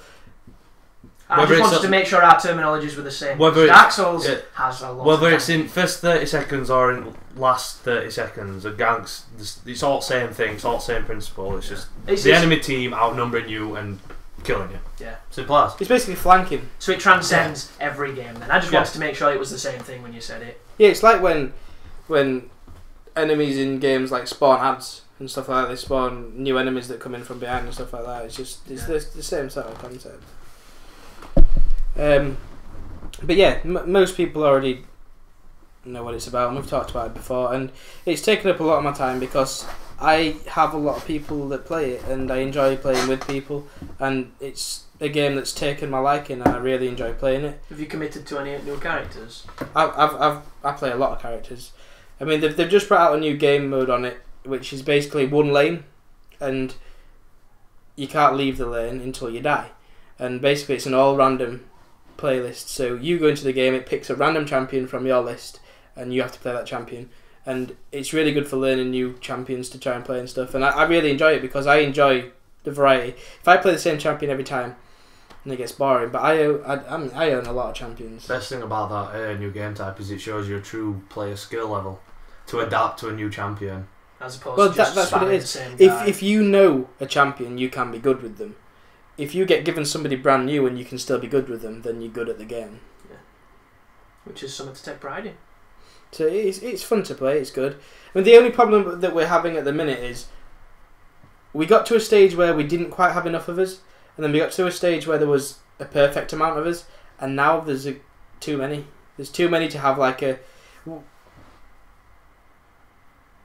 PvP game. So normally you play 5v5. 5 of us would come together, join a team, and we play against another team of 5. When there's 7 or 8 people online, there's no playlist for like 8v8 or 6v6 or anything like that. So then you have to start going on customs. You can't even break up into a 4v4. It's 3v3 or 5v5. Yeah. That's it. And when you split up, certain people start. Nathan. Not necessarily. It's just like people like playing with certain people. All right. I mean, I like to play with everyone. I like everybody to be on and play, but if there's too many people, there's too many people. I only said Nathan then Nathan because I've heard you get mad. I have absolutely no foundations in knowledge of that. It's what I've heard. Nathan does like to get mad because he likes to win, like everybody. There you go. He got mad when he won the other day. He doesn't like dying, alright? Who does? I mean, we don't know where we go. Exactly. Where do we go? Exactly. But the thing with it is at the minute, because there's too many of us, we're having to go into custom games where you play against each other. And it's all well and fun until somebody gets hurt. Until somebody spits dummy out. It's like, oh, I shouldn't have died, or oh, I've died too many times, or oh, I don't like this champion, or the other team, I'm never with these, or I've got this guy on my team. Or it's the other team get champions that they know and that they're good with, and you've been given a champion that you don't know. And then as soon as somebody starts not enjoying it, then it just drags the entire team. And then where do you go from that? If there's too many of you online to play, and you can't even play against I'm each other. going to go now. Play with my refresh. Well, usually at that point I just think, fuck this, I'm going to bed. I can't be asked to deal with it. It's the thing. I mean, that's the thing with if you are playing in that sort of environment where you're playing against friends, it has to be Friendly. It has to be friendly. If you start, well, you're not going to enjoy it if it's not. Exactly. And that's why you're playing. if you start playing competitively against people that you normally play within a team and you're losing, Now there's it competitive. gets frustrating. You can be competitive against friends, You but can there's a be, line yeah. that you don't cross where you would if you were competitive against. I get angry. Right, There's a difference I between get going angry full sometimes. try hard to smash Aiden than it is to smash a random. It's Exactly. I mean, it's like I get angry sometimes because I like to think that I'm good. I know. I made me say laugh the other day because I was playing bad, and my strategy when I play bad on a game is to find somebody to blame. And I started to blame Ryan, and I didn't think he heard me. And I heard him just say, "I ain't got enough money to buy awards," which are like so you can see Fog Award. You know, you can place them, you can see a part of mine. I'm just nodding. And I'm like, Ryan, why ain't you awarded it yet? And he was like, I ain't got no money. And I just thought, I better apologise because I'm being a dick. That's just my way around it. Can I just jump in with that? Other day, I was playing a Mass Effect and I didn't realise that my mic was plugged into my pad.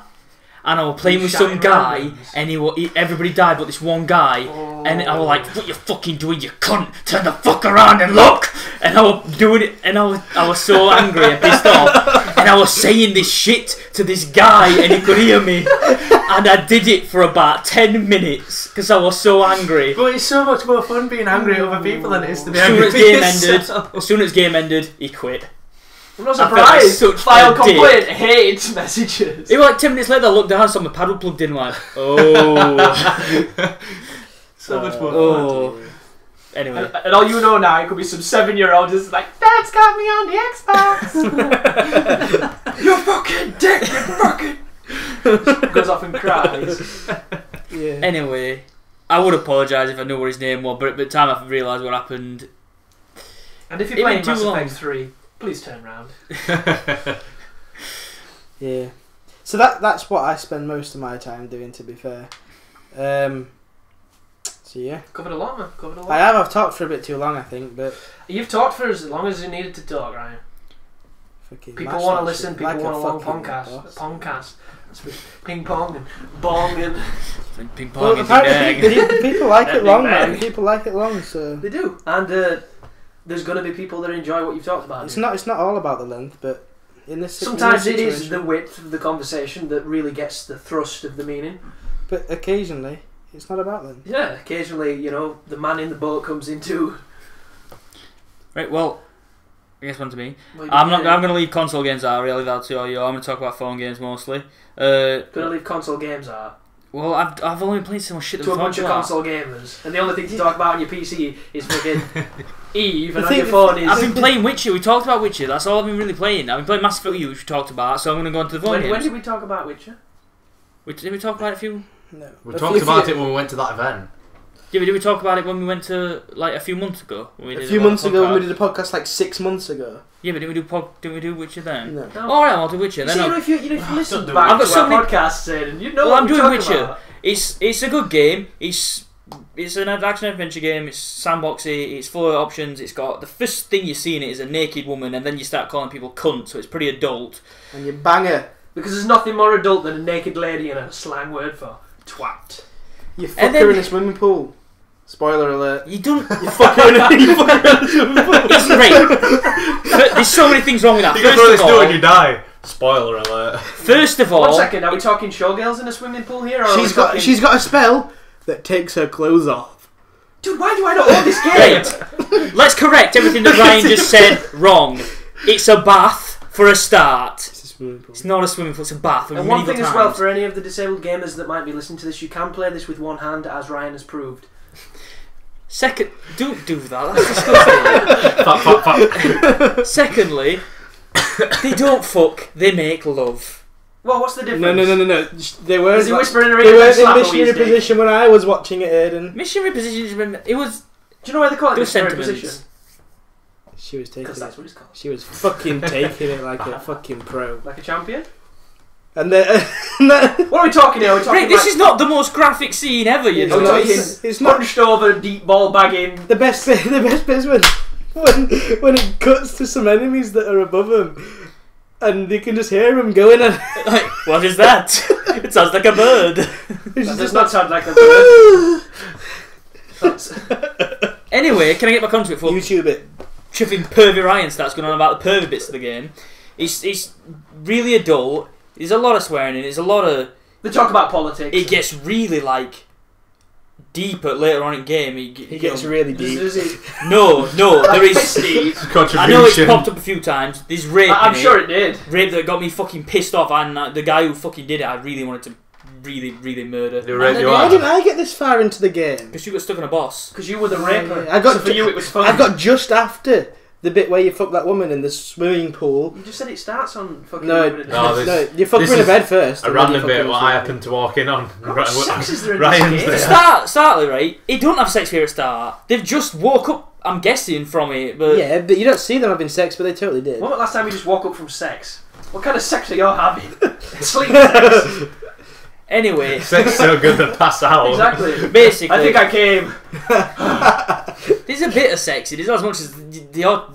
You seem to be making out there The is. only bit I've seen. Didn't it used to be on cards? Didn't it used to be... Yeah, it used to go into like a kiss and then it'd show you a card of them semi-naked. But all this, it just had a bit of cutscenes that you don't really see much. It's not like... It's nicely edited. So we're not seeing slices and nice things.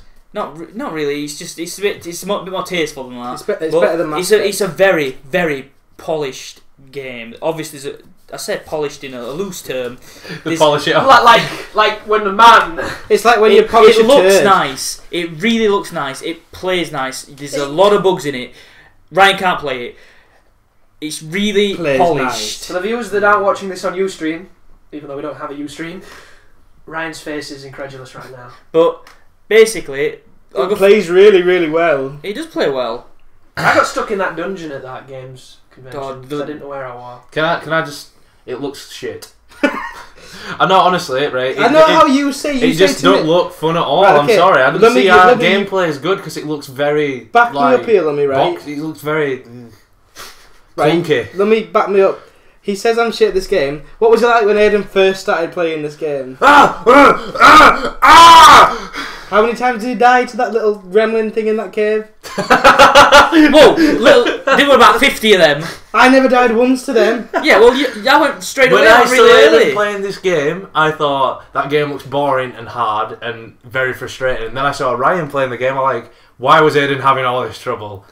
Thank So you. it's like... In his defence, it was an anti-Semitic troll. But then, Aiden got further than Ryan and beat the boss that Ryan couldn't beat on my second attempt. I'll take it off you. Dude, this is like Mega I'll Man take it off Legends you. all over again. Well, you got this far, but I got that You'll never far. beat this boss, and it's right hard. First boss. Circle strafe. Circle strafe shoot. Circle strafe Anyway, shoot. I will give you the props that it does get a lot easier once you get countering up. And once you get countering up, you can stand there with block on, and you can just sit there and counter everything to a point until there's about 50 on them to start surrounding you and stuff. How about its timing on riposts? It's pretty loose. It gives you... There's a symbol, and it changes to like a big sword when they're about to do it, and it gives you about a full second and a half to do it. So it's pretty easy. Loose. So, and then, yeah, so that does make it a lot easier, and it takes a while to get to stuff like that in your skill tree, which is a bit shit. But aside from that, I think it plays really well. Everything about it is generally good. It's about the story doesn't really know. I'm near end, and I still don't know what happened. There's he's lost his memory from There's first this game. Witcher. It's Secondin, and I ain't played Fiston because it's not on Xbox. So what do they expect? Remaking Secondin when Fiston's not even on Xbox? Right. Didn't they build the second one to go towards consoles? Because it's... I guess so, but they've missed. There's so much stuff in first game that I've completely missed because it all relates to Secondin. He's got a ponytail. There's a scar on his What face. happens, right? He's a Witcher. What happened, right? Sex. There was a really, really, really, really, really good opening cutscene, so everybody bought it, and the game was shit. I didn't think it seemed that shit when I played You're it. talking I about just Witcher weren't 2, very yeah? good at it. It's not shit though. It's really good. It seems cool. I can't wait. I'm quite excited. You have to block! God damn it! Ryan, I know when you were little can roll. and you got into a situation where blocking was the only thing you could do and you didn't do it and you suffered and now you're traumatised, but... And then fucking bugs that run at you and hit you and then you die. Motherfucker. As opposed to those other million enemies that run at you and hit you and you don't die. No, but he like dashes at you. And I only can fire fireballs. and it didn't do That much. giant bug, you have to kill its eggs. Yeah. If you put that trap spell down, it traps him and she's there for about a week. Yeah, but you you've got to kill like 4 of them. I Kill think 2 of clicking them mouse if you want has that made one, you right? soft, Ryan. Yeah, you have to kill 2 of them. I did 1. Yeah, if you trap that trap sign, get behind him, backstab. The only reason I'm doing it is so I can buy that set of armor that you say I need to kill. Yeah, this then boss. you get to next level, next set of armor, on to the last set of armor. That's ridiculous. Sounds like a grind fest. We need to put a It is footnote to for, this as well. Are you on, is it dark difficulty? I'm on the hardest one you can start on. Exactly, so before people are like, oh, you shit at the game, Oh, well, yeah. Yeah, you've got to preface we're this both- is started we're on both the on most dark. punishing difficulty. Well, yeah. What do you expect? That rat monster thing, bug, he's going to rape you because he's really mean. The thing with it is, the first bit that I started struggling on was this boss that I'm stuck on, and it's when you're fighting another Witcher basically, and he's got all the abilities you've got, and he fucking spams you, and he kills you so quick, and it's ridiculous. If you get your block up right, you can pretty much block everything and not But get Aiden's dick a lot from higher him. level than me when he took him on. I weren't. I You grinded. weren't? I grinded for that armor, and then I blocked So everything. is that what it is then? I put my skill tree towards towards parrying straight away. I've as not well. got anything on my skill tree yet, because I've not leveled up enough. Well, I went A sapling.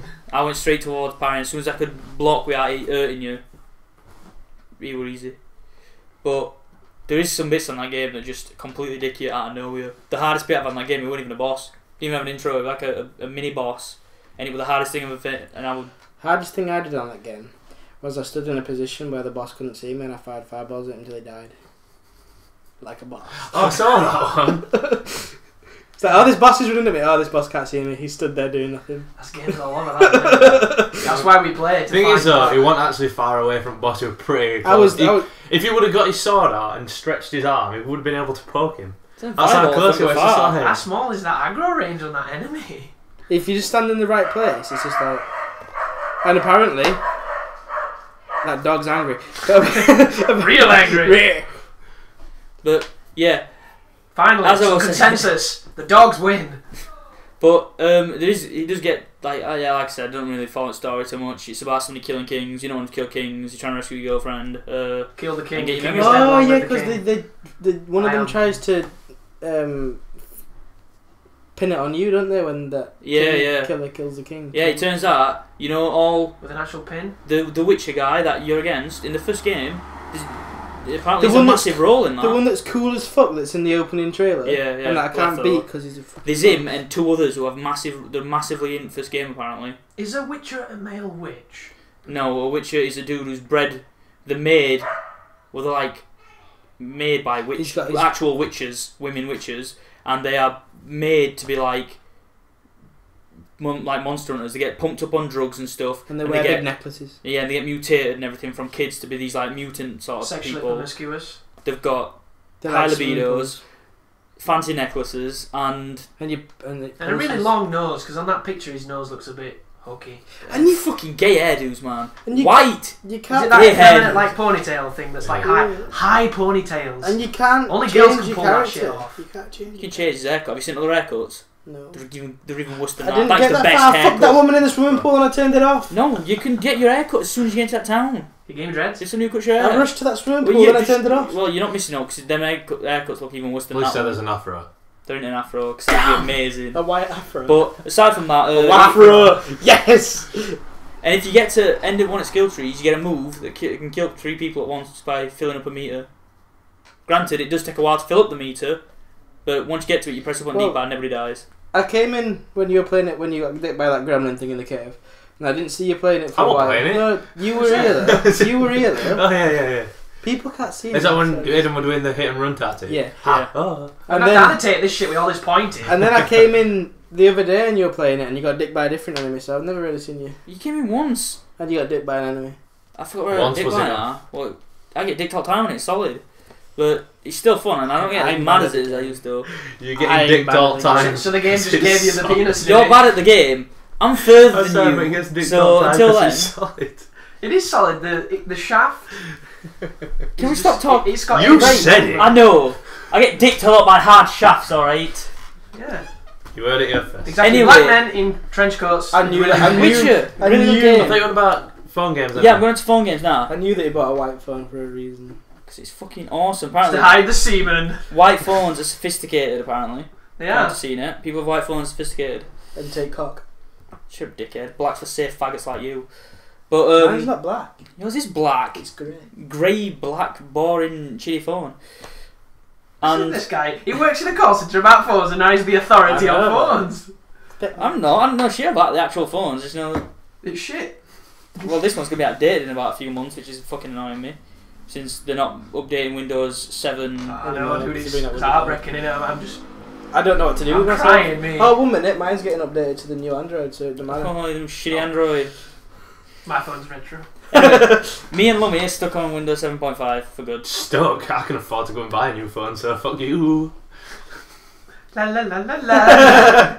I'm gonna go buy a new phone when I can.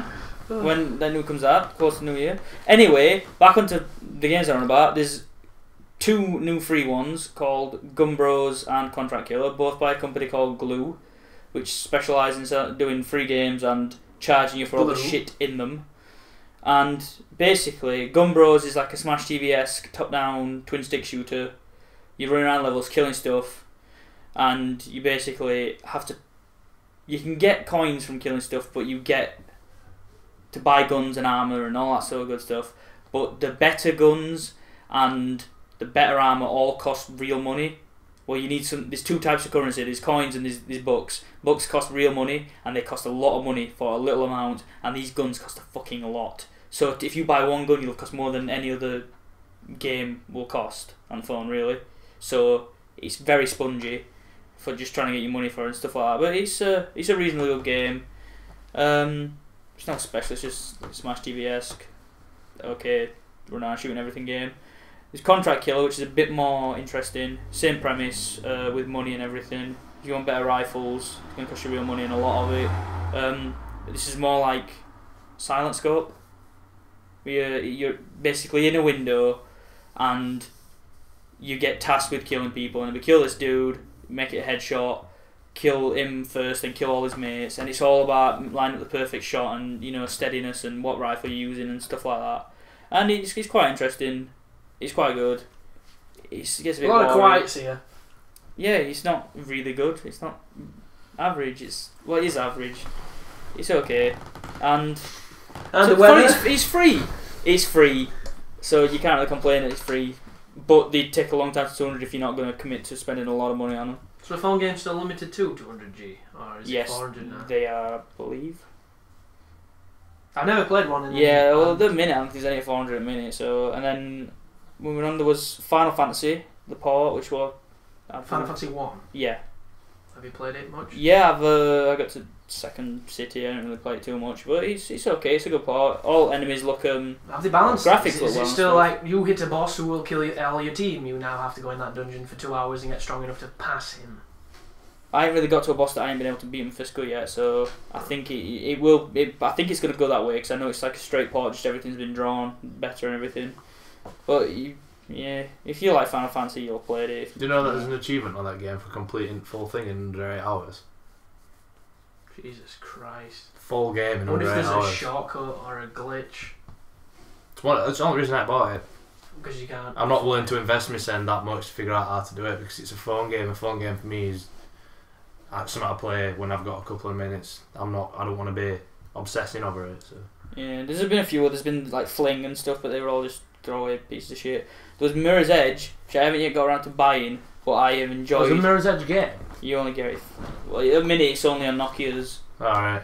But yeah, I find it better than the Xbox game. It's basically it's a side scroller. It's you tap right, she starts running right.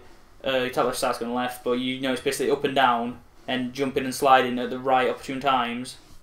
And it's really good. I really like it. Line Runner. How can you say that's better than the Xbox game?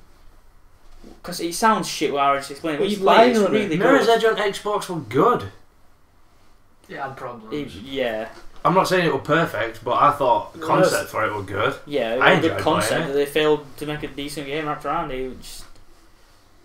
A different, This is- argument for a different day. Anyway, so. I'll let you have a go afterwards. It's fun. It's really fun. But I don't think any phone game's going to live up to a console game. In general. no, some are pretty close. Well, Like the people who Oregon like Trail. Angry Birds would Hey. probably disagree. The Oregon Trail was a console game, so back off. Because that's sold bazillions on it and it's Yeah. practically ripped off of something. Yeah, but it's never gonna be a console game, is it? It is. It's good Yeah. taste. I don't know, because you know, if you were to ask my girlfriend, would she rather play Call of Duty or Halo, or would she rather? Yeah, play but she's Angry not a Birds? console game. No, she's not. But still, a lot of people that class games as an entire universal field would probably prefer that. And chances are it's going to come to console. Well, Because yeah, that's but how it works. It is. It's Just never look at going to be. Minecraft. It's never going to be like a full retail game. Stranger things have happened, dude. I agree. I'm just playing advocate here. I'm not going against your counter I argument. just don't think any, because most games on the phones are going to be 2D, side-scrolling, or stuff like that, and it's stuff we played 20 years ago, and we thought it was innovative. It's the small I know stuff, they've started bringing cheap out stuff. longer games now, like they brought out the Splinter Cell game, they brought out Final Fantasy and stuff like that, but there's never any length to them, really. What I'm quite surprised is they managed to port an Xbox game to the phone. Sid Meier's Pirates was an Xbox original, the original Xbox game, and they managed to port it to a phone. Yeah, but that's you probably not realising how powerful these phones are becoming. Yeah, but These phones that's are still. fucking My nuts. phone's got It's not quad-core big an processors. Xbox one. My Exactly. phone's That got phone is quad-core better than my processor on it. laptop. Yeah, they can only use two when it's finicky because it's using Android. Yeah. It's At the still same the power. time, it's still got more power in it than like half the laptops that are on the market. Yeah, but it'll be a scaled down sort of thing, won't it? Still a quad-core processor. Yeah, but it still won't be as powerful as a laptop. It'll be as powerful as a netbook with an Atom processor that's shit. Well, yeah, Phones pretty damn strong. Gonna get stronger. It's just how it works. RPG and all that. But yeah, I agree with the fact they're not as good, but you know, they're getting there. Some games are really. I bought a big Pushing TV it. for a reason. Yeah, me too. Yeah. But Pornography. I'm gonna segue off onto something else. He completely here. really doesn't like sex, does he? And porn and. I don't know. He doesn't That like- collection I found on his hard drive. He doesn't. that He time doesn't like. He disagrees. doesn't like. Sorry, I don't mean he doesn't like it. He doesn't like expressing it. No, I think Aiden's kind of afraid somebody's going to listen to this and it's going to cause an argument somewhere further down the line. No, it's, This shit's getting edited out. the thing that is, he doesn't like talking about it at all. No, because Dave doesn't like hearing Aiden mention sex without him in the room, because Dave gets upset. Because Dave's cuddly. And I like Dave. Anyway, Hi, I'm Dave. gonna start from another point. 'Cause that bit- Just like the fact that you always use like cubicles instead of urinals and stuff. That's just don't. because he doesn't want to see another man's junk. It's not. I just prefer cubicles. You have your own room. You have a bit of You- room to. In other You have words, your own room. You can there's- spread your stuff out. there's a term for it. It's called stage fright. It's not. It's No, just it's I like- like. Nobody can rape you through a door. It's like Well, no, we start trying hard enough. I hate the stare at the wall bullshit as well that everyone's got to do. I don't know. I look right. I just fucking just going off over there. I check his dick out, then I stare at the wall. Do you know? No, do You you know know, what the I best? do The when I go best. to the toilet? I go in there, I take a piss, and I leave. You know, best toilets or best thing they used to be in toilets. It's old Cineworld before they changed it when they had movie quotes. yeah, and the stuff. script pages. They were best toilets because I had to stand there, have a piss, have a read, leave. There were no cottages in there getting any fun. 'cause You people do it. were You too go in there busy now. reading. It's all chip in. You want a cine card? No, they've got those little swimming pool mats over Worst- the drain. Worst toilets ever invented are ones when you go out to pubs, clubs, whatever, and for some reason, the person who decided toilet think it'd be a good idea to put a mirror in front of you. So you've got your urinal with a mirror behind it, and you're thinking, and yeah, they're having a piss, had a bit of a drink, and you're saying, in your peripheral, I can see that man's penis. He can see my penis. I'm not coming to the toilet anymore. I'm going home. Fuck it. The thing with it is, there's a club in Harrogate, back where I'm from, distant land. Harrogate, New Jersey. And the bathrooms are actually mirror. The wall, the floor, the roof, it's a mirror. Everything is a mirror. So how long have you been going to gay bars? I couldn't get out of this toilet. I couldn't work out I where couldn't the find the exit. door. I couldn't work out where the exit was. Oh my god! It was like the worst thing ever. Actually, I've been to toilets in some pubs where, you know how they've got those funny corners on your urinal sometimes, and you're standing there and you're just like, you know, you're doing your business, and then you kind of turn and you realise the door that opens out into the club is facing like direct shaft access. It's like, I'm not that bothered about it. I don't really care about this whole nudity thing, so I'm kind of alright, but at the same time it's just, why would you design this? There's children, man. It's going to be during the day, somebody could be eating. I just think it's wrong. Wrong! It's like, come on. Very strange. But have you played anything else so far? Me old chap. Not really. I wanted to go off onto replay. We went to replay. We all went to the. Well, if you've done it, I will. We all went to replay. Yeah, everybody except Ryan. I'm gonna go to your toilet, dude. So. But yeah, I'm gonna lead this one. Let me back off. Go for it. And it was a really good event. We saw Beat the Beat. New release. Beat the Beat is one of the. It's WarioWare. New WarioWare, but just not done as well or as fun. Talking about them wrestlers not hitting each other look min. Wait, right, the main, because you want there, I'll explain it to you. The main game that people are playing was this wrestler one, and they're getting interviewed, and I think it's in sound. You've got to listen for him to like telling you to strike a pose and stuff. The only thing I got was this reporter went meh, meh, meh, meh, meh, meh, and then wrestlers would go meh, and that was it. Yeah, but and then there were people like, so it was just for I watched this kid play it, and all they were doing was bopping his knees as if he were doing something, and it went meh, meh, meh, meh, meh, meh, meh, meh, meh, meh, meh, meh, and then I think that was the striking a pose with fucking muscles. I'm like, what is this game? It makes no sense. I think that the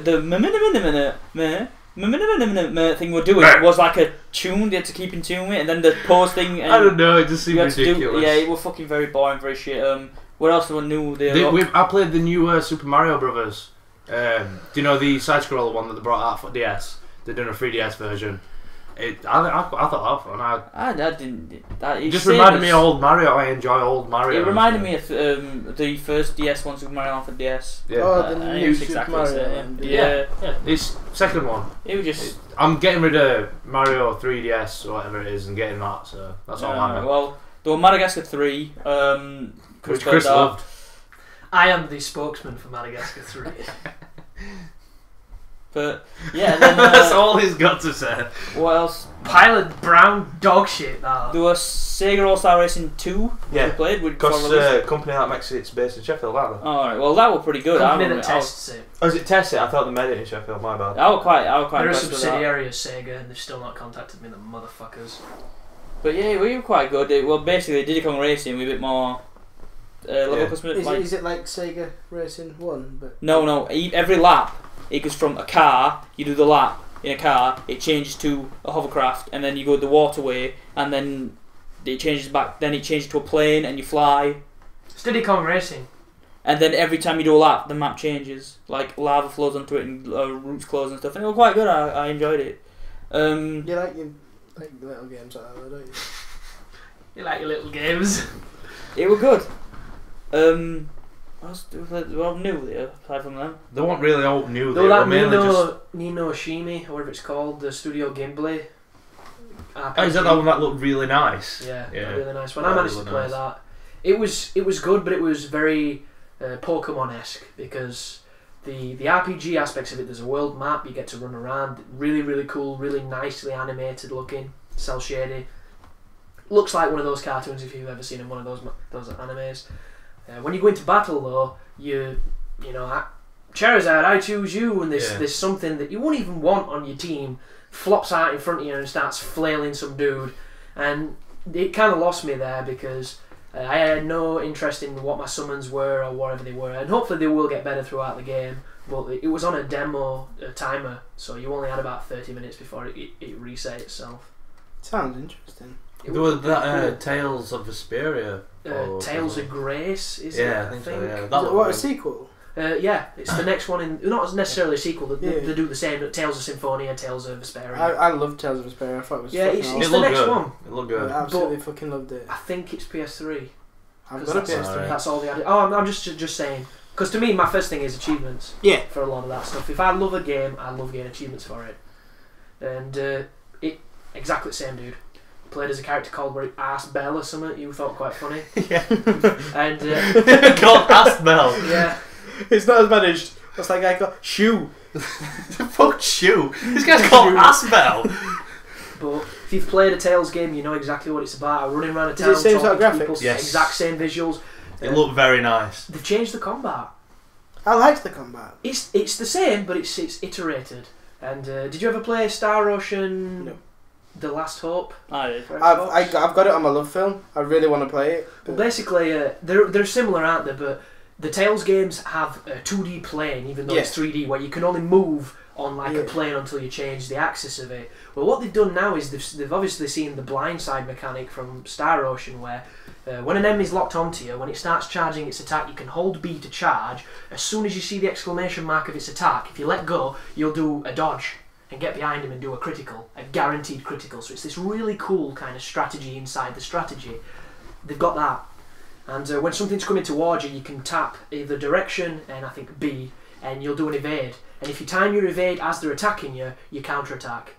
And it sounds simple, but it's probably very effective. Yeah, and it can open up a whole world of depths. My only problems with it is it weren't intuitive. It didn't feel good enough. Because I'm somebody that milliseconds on timing based stuff I detect because it's my bread and butter, it's what I love.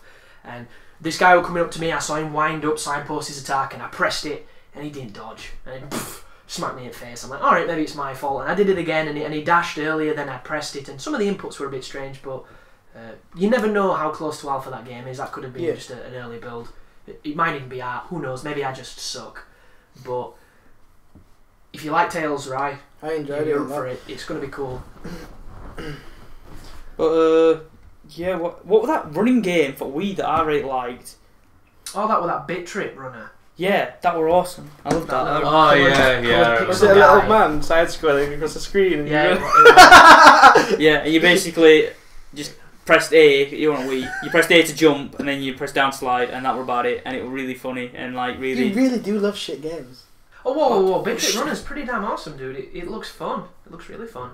It's simple, don't get me wrong, but it's because we're an indie game or something like that. Yeah, it got made for Wii, and it's good. So shut up, Ryan. And Wii's are good for waving at your grandma and fuck all else. So, but I don't know if you said it on live, didn't you? So I think so. Yeah, I've seen him before. I've seen him in Meat Boy. That little dude with colour. Yeah. Oh yeah. He's like black and he's got like white goggles or something. It looks cool. Yeah, but that I really enjoyed. I know that's been about for a while, but I'm definitely looking to get on that and everything. Aside from that, I came semi-finals in the Mario Kart 64 race. I didn't actually sign up for myself. Some dickhead signed me up to it. Oh, sorry, but I was signing up for competitions. I thought, oh, Aidan says he likes Mario Kart. I didn't know you were shit at Mario Kart. I haven't played that game in about 10 years. And shit, I will come in first. I got 2 red shelled and squashed. The first thing you said to me when I said I've signed you up to this Mario Kart thing was, oh, I'm not good at Mario Kart. But you talk about it all the time like you're good at it. So I'm sorry, I assume. Talk about it all the time. Well, when it comes up. Alright at DS one, I'm good at the Wii one. When it comes up, I assume you're good at it because when you talk about it as if I go to semi-finals because that game's bullshit. Yeah, when you hold it with 2 hands. And some fucking guy who didn't even know the pad rate actually got through a race because he was at end the entire time, getting all the amazing power-ups, and then everybody else got dicked by each other, and then I think he came second. Didn't even know how to hold pad rate. But still beat Aiden. Still beat me. Faith has been restored. But if it were inverted, different story. Dude, that guy was regular, and he won. But yeah, we did that. Lummy came first in the Halo 2 tournament. Whoa! I came first in 2 tournaments. Let's get it right. I'm on about the Halo one at the minute. He came first at the Halo tournament. He was pretty shit. If I says myself, I thought he was pretty awful. And if the real star of the show, he were inverted. You see, so anyway, I love this because we're all throwing this inverted quip out like anybody knows what the fuck we're on about that wasn't there. We're going to explain it though. We're going to explain it. Oh, right. Some guy after Lummy did it. To be honest, it was a pretty awesome win. He did it by. I'm gonna say I like how down playing it that I'm shit. Right, he won by quite a margin. It was pretty impressive. Whoa! Lummy destroyed every single person in that tournament like a boss because the skill level between the second best player and my bro right here was so fucking wide you could have fitted some fat bird in it. Ego boost. It was pretty good. You were amazing. It got to a point where he had a 20 kill lead and put the pad down at the end because it was such a dominant performance. Let's get it right. Dick. There were 2 minutes left in game and I wanted to put the pad down because I knew I'd won. It got to 15 seconds left. I picked up my shit, put pad down, stood up, and just accepted victory. I'm sorry, it's cocky, but when you've won by that bigger a margin, why not accept that you're better than everybody? Anyway, you just won a tournament. That shows it. Yeah, but there was one guy who was better than everybody, Lummy included, but some mean motherfucker, had changed the controls to inverted. And he did not play with inverted. So I ended the game when he was crying, and I said, "It's all for fun at end of the day, though, mate, innit? If it wasn't inverted, it would have been a different story." He was like, "No, it wouldn't, because I still would have won." Because this guy, this threat of a Halo 2 competitor, is so good at this game that he doesn't know how to press start. He doesn't know how to go to controls and then press no on invert the axis. Because They would have been a much different story. in my first round, when I was on sensitivity 10, and the first 10 seconds of the game was me changing the sensitivity down, you know, people kind of figure that shit out when you're an avid gamer. Everybody knows it's there. Yeah, but so we all had that game. At first, we all jumped in it and everything. And my trigger didn't work. My trigger worked for one shot, It was so awesome. fully automatic weapons didn't work. I had somebody bit the right analog, so it was really sharp when you're aiming. But I picked up a shotgun out and I returned it. But that was pretty funny when we were all like, didn't know who each other were. And I wanted to start shit talking, but you started with that blah blah blah blah blah thing, and I could kill fucking anyone, so I couldn't even shit talk because I'm doing so bad. I had to dual wield to fire my gun. I had to pick up another gun and fire from left trigger to shoot a gun. It were a good day though, really, and like the it whole was fun. like LAN competitive play was just one unreal. for That's one one of the gaming best with things. no latency. Yeah, Is it amazing. was brilliant. It made you realise the skill level as well. Yeah. So, and the other I wanted to get onto other tournament as well. Whilst we're Anyway, I'm about passing me on to you winning. now anyway. Oh, I'm picking it up. I also entered a Dirt Showdown competition, which was for the Destruction Derby type game mode, which in 3 minutes you've got to get as many points as you can. And first time I'd ever played, first time I'd ever picked up pad, ended up winning that as well, so that was quite nice. Did you even realise any strategy as you were playing it? I hit cars and they died. Oh, just Basically, the harder you hit, terminal, like obviously disabling cars gets you more points, and in the last 30 seconds you get double points for everything. So it's just super the guy aggressive, sat next to me was saying like, "Oh, you want to weaken everything and destroy them all at the last 30 seconds, and you get 2,000 points instead of 1,000 points." Yeah, but you're missing points in that duration, aren't you? That's so I silly. just went for the hit things hard until they die, and in the last 30 seconds he said to me, "Oh, you've killed everything too early. You've killed everything too early," and I ended up winning anyway. So it was like, well, your strategy's blown out of water. And granted, a lot of those people that organised that thing, they didn't know what the fuck they were on about. It made me laugh though. As soon as I set that score, the guys sat next to me. Well, them clan guys. There were some clan guys there, weren't there? Oh, yeah, and as soon as he saw that I'd set the high score, he made it his mission to play that game straight away, and he couldn't beat me, which was quite amusing. Well, considering it was your first go. Yeah. Fucking hell. But as far as events go, it's the first one I've ever been to, and I mean, I want to go Eurogame, and you can't not accept that it's a good day for people who enjoy gaming. Definitely. So. And that one in Manchester first? No, that's after Eurogamer. If we don't go to Eurogamer, I'm going to one in Manchester, definite. Why not both? Because I ain't got money to do both. When's Eurogamer's at end of September, and the one in Manchester's on like the 14th of October. alright. I just want, if there is LANs there, for it to have more variety for stuff, because Gears on LAN is amazing. Call of Duty, I know I'm a fanboy of it because it's kind of my thing. I would have loved that there. Even Battlefield would have been good on LAN. Anything. To be honest, even if I can't play the game, I mean, I didn't go for Mario Kart because I know there were limited places, and I thought Aiden would be a better choice. But I'd sign up for all just to play it. Yeah. Why not? We should get you up and beat the beat. Oh, do you know what? I watched them play Beat the Beat, and I thought I would have been pretty good at it. If they'd have had a Guitar Hero machine there, I'd have been on every single There you competition done.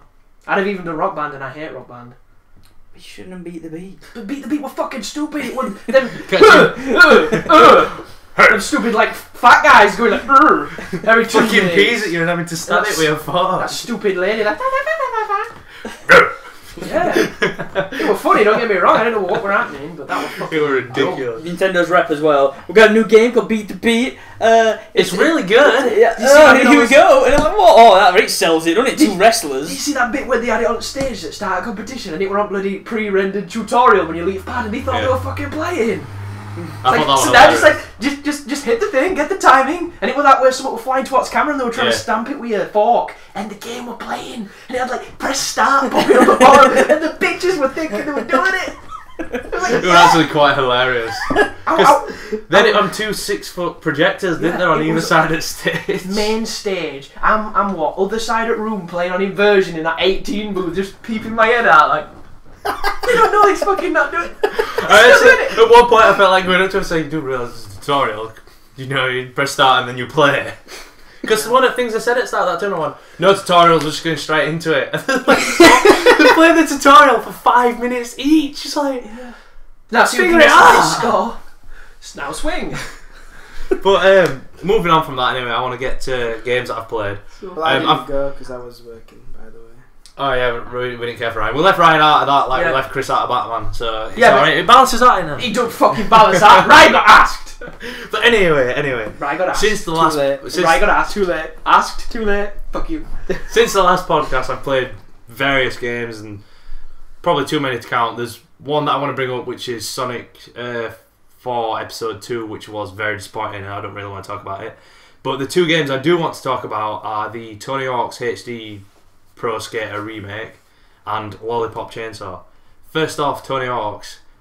If you're a fan of the original Tony Hawk's and the second Tony Hawk's, which they've brought together to make this game, buy the game.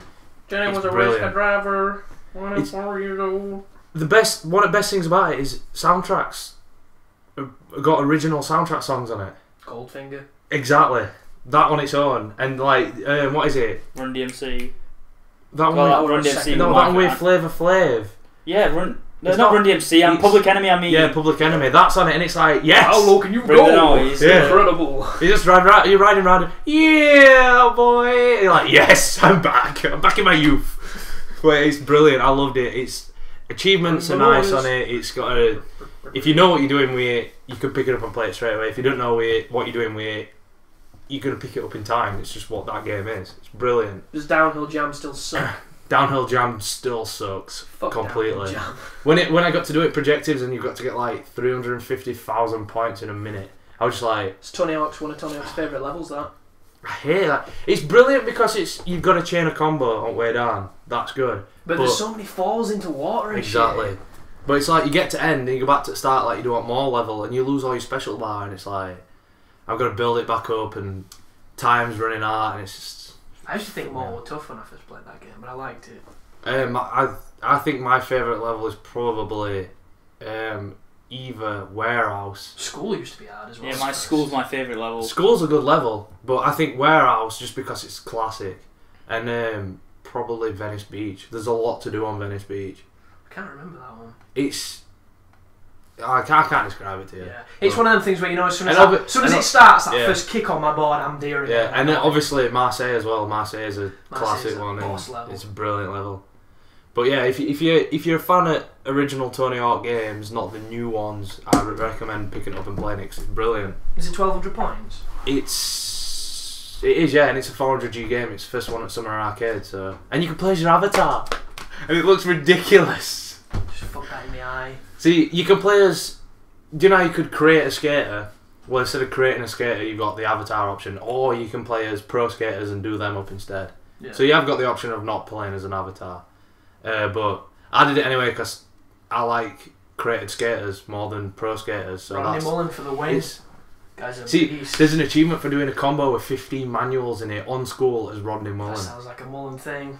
And at first I was like, this is going to be difficult, and then I kind of cheesed it. You remember how that game works. Well, I ended up doing it with my created skater, but obviously achievement didn't pop, so you go and do it with Rodney Mullen. And because his stats were so low, I adopted the stop, jump, manual, jump, manual, jump, manual, jump, over and over without moving, and it like straight up. No speed. Your bar's still going up and down, but you've got, because you're in and out, you recover so from fast. jump, don't you? Yeah, so it's still difficult to do it that way, but it's doable that way. Have they still got all the reverts and the Caspers and the... You can't revert.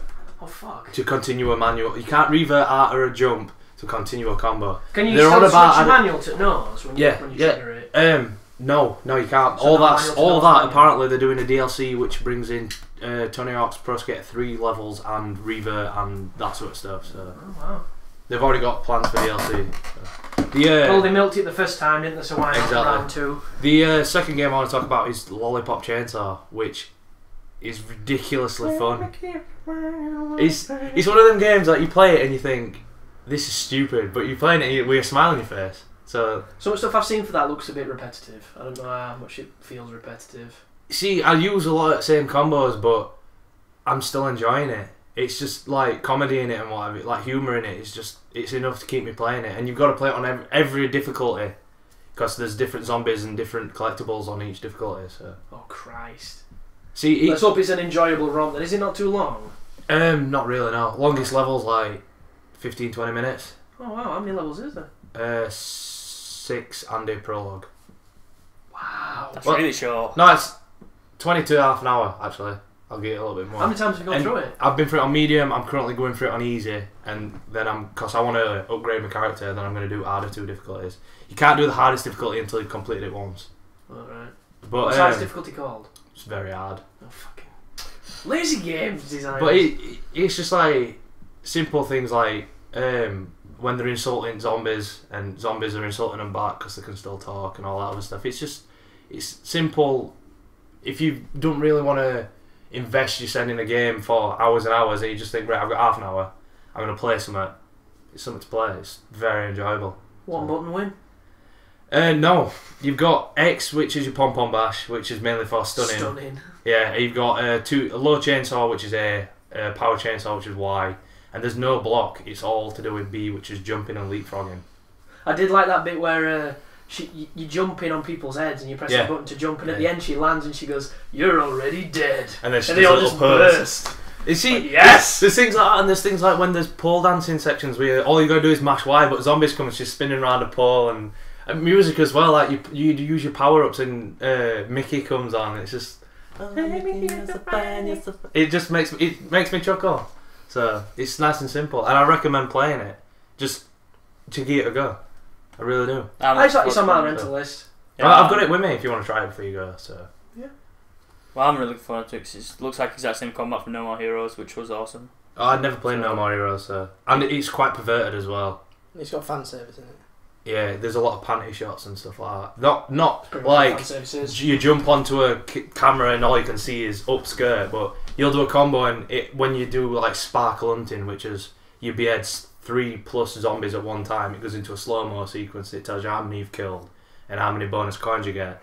It'll be like her ass will be there and you can see it in slow motion, and all costumes are like bikinis and stuff. So. Yeah, Suit 51's always pervy though, isn't it? So I don't know.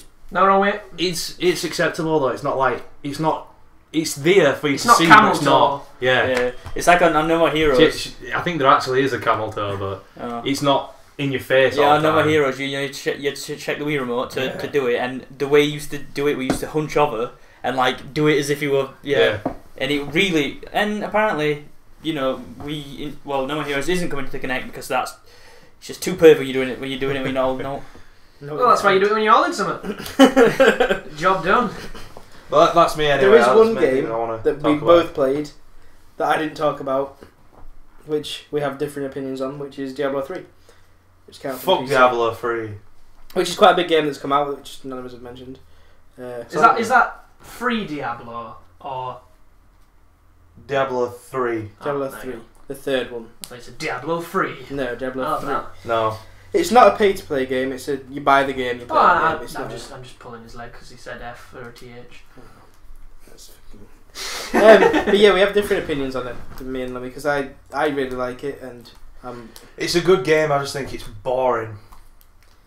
It's a game that's like what you've just talked about. You have to play through all the difficulties because you're not going to be good enough to do the higher difficulties without doing the lower ones. You're not leveled. But you don't have the option to even start it. There's no point. Yeah, but you could jump into a game with a complete set of randoms on hardest difficulty and power level a character like that.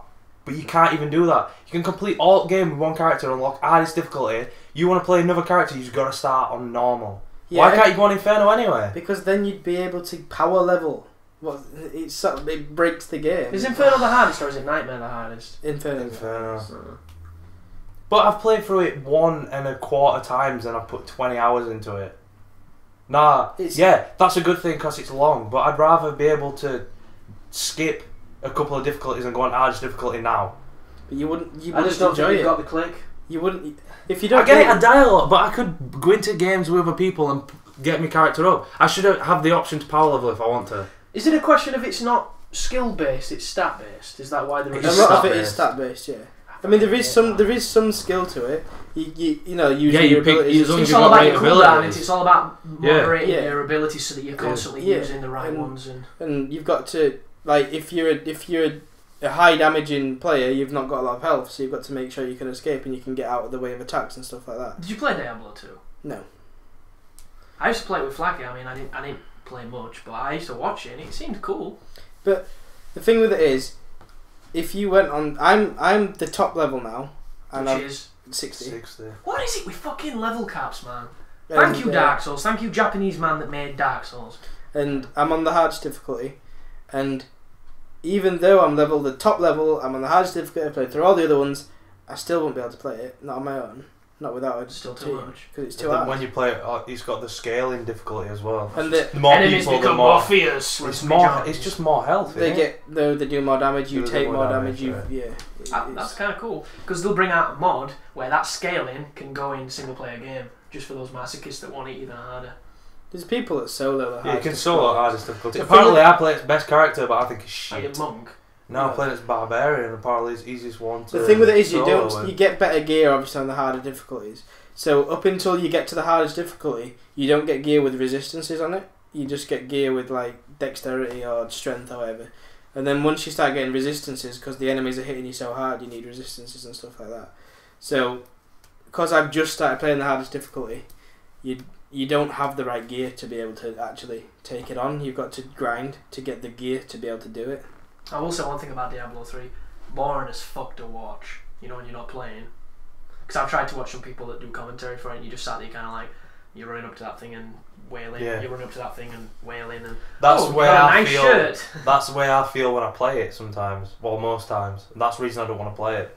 Because usually those type of games, they're made in such a way, you know, with the response and they're like, oh, I got something nice to loot, ooh, I got good damage, I got good DPS, AoE, whatever you want to say, that you don't realise what you're doing. Yeah. Because you're too busy like, oh, what's the next cool thing, what's the next nice thing, but watching it, fuck me. You're in the valley of cancerous lumps and shit. And it If just you looks enjoy- like the valley It's like of... you've lost love for your character that you're playing, Yeah. so you're not going to enjoy it. That's why when I stopped playing my monk and started playing the Demon Hunter, because I'm into bows. I'd have to start again. Yeah. and because I'm into it and I like the abilities and I like what she does, I'm enjoying it. Barbarian's got some cool abilities. I just don't find the game that appealing. My Mass Effect character, though, completely red. His name? Flash. Ah. Did that yesterday. Thought that was fun. Anyway, sorry for slipping that one in there. No, dude. Yeah, People are digging Diablo Appreciate 3. It's nice to have an opinion on it because I haven't played it. Aiden not played it. I love it. I really do. There's a consensus group. Now we've got some Diablo 3 content. And what have you been playing, Chris? I've been playing video games, right? Really?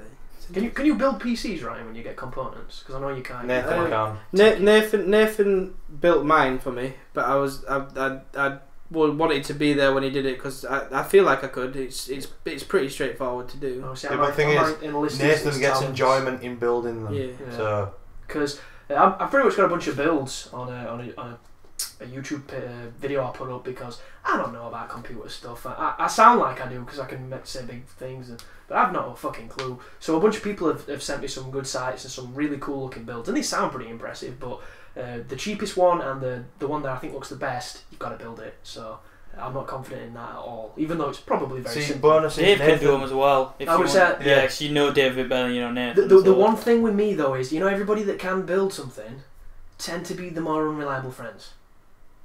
The See, with people you Nathan, can't get if close to. if he's got parts there, he'll do it because he enjoys doing it in That's his the spare thing, time. when And I- he does know a lot about the components that go when into it. I got mine, he was happy because most people that he builds them for, that he orders the stuff. Yeah. They're there with him when he orders it normally, and then it comes and he does it and he gives it to them. They're not really interested how he does it. And I They said, just want it I done. said, I want to be there. I want to be involved and stuff. And he was quite happy about it. And like as soon as all the bits were there, he was like, Ryan, you're gonna come over. And like we got all the stuff out. And he loves doing it. And Cool. he's- I might have to hook him up, but like I've got 5 friends, more, all of them, Jedis when it comes to messing with computers, opening them up and everything.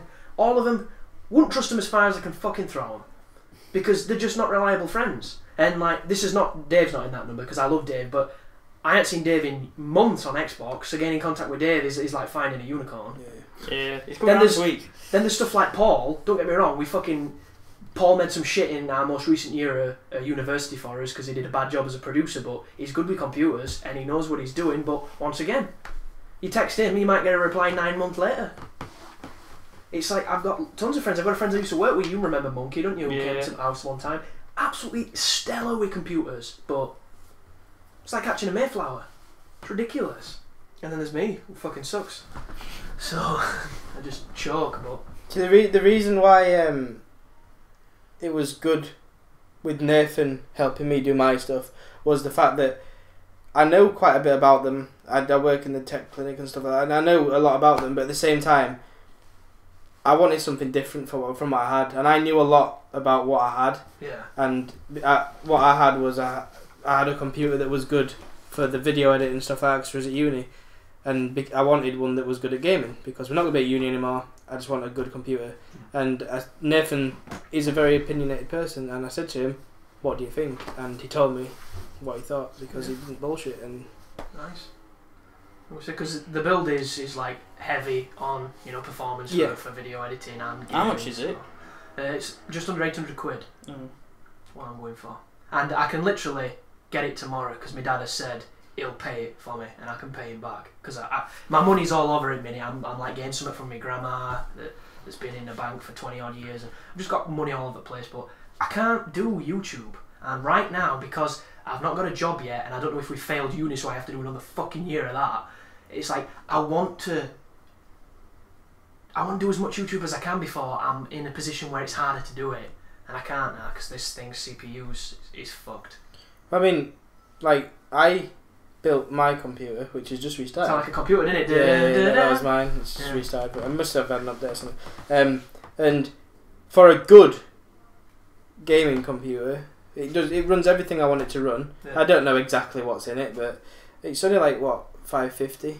So if you look at spending $800 and building it yourself, it's going to be a fucking good computer. Because if you can go to a shop and buy a computer, like a motherfucker. if you go to like a shop and buy a computer that's built and there, and you buy it and take it home, you'll pay over $1,000 for a computer that's shit. Yeah. So. Yeah, they sell you air.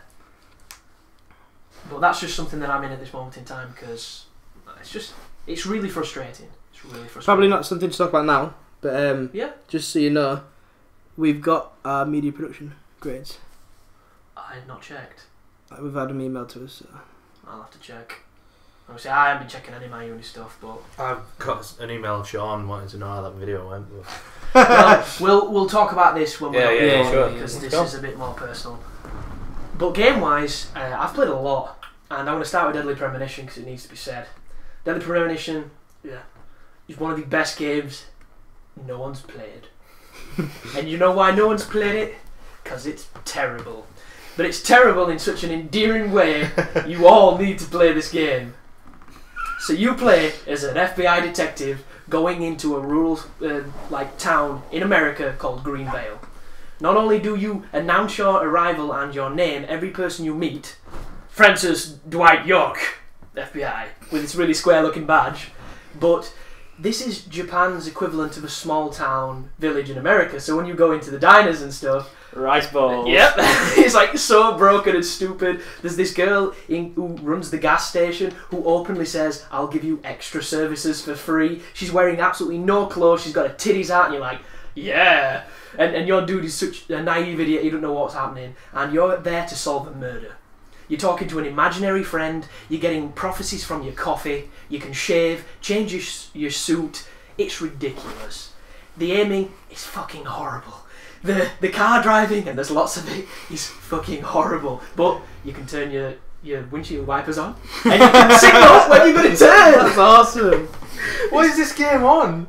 It's speed, cocaine, LSD, everything.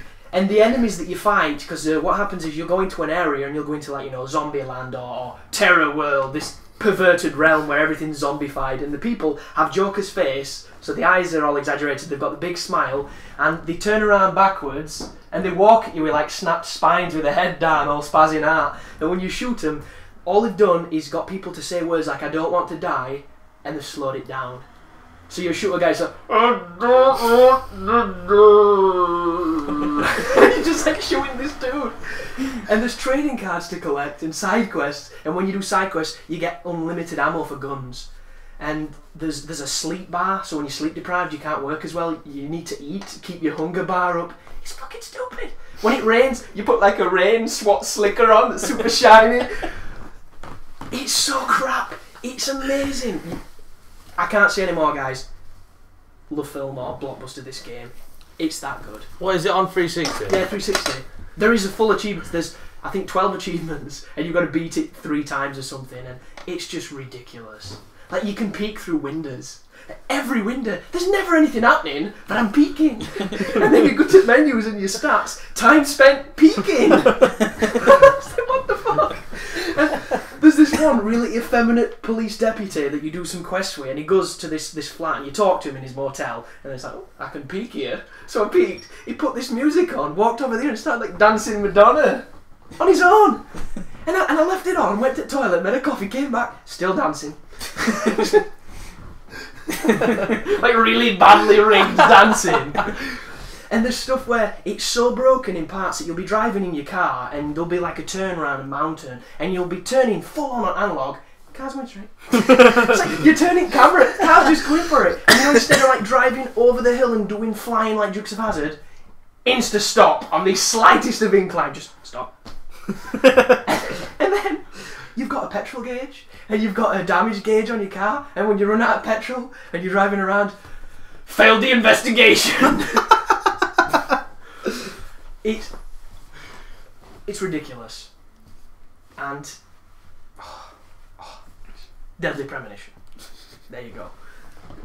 Other game I played is a game called Inversion, which some of you played at that Games Britannia Expo.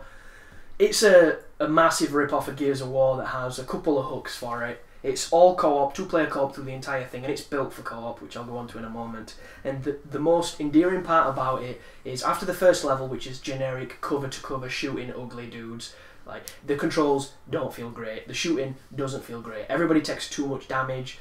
There's the whole thing of when you get knocked out of cover, it doesn't go back into cover, you've got to manually go in, and it just feels like it's behind the curve. But after that, you get put in a concentration camp, and you're walking around this concentration camp doing tasks and stuff, and it's really interesting. And then you have to sneak out, and then it's back to third-person shooting, cover-based bullshit.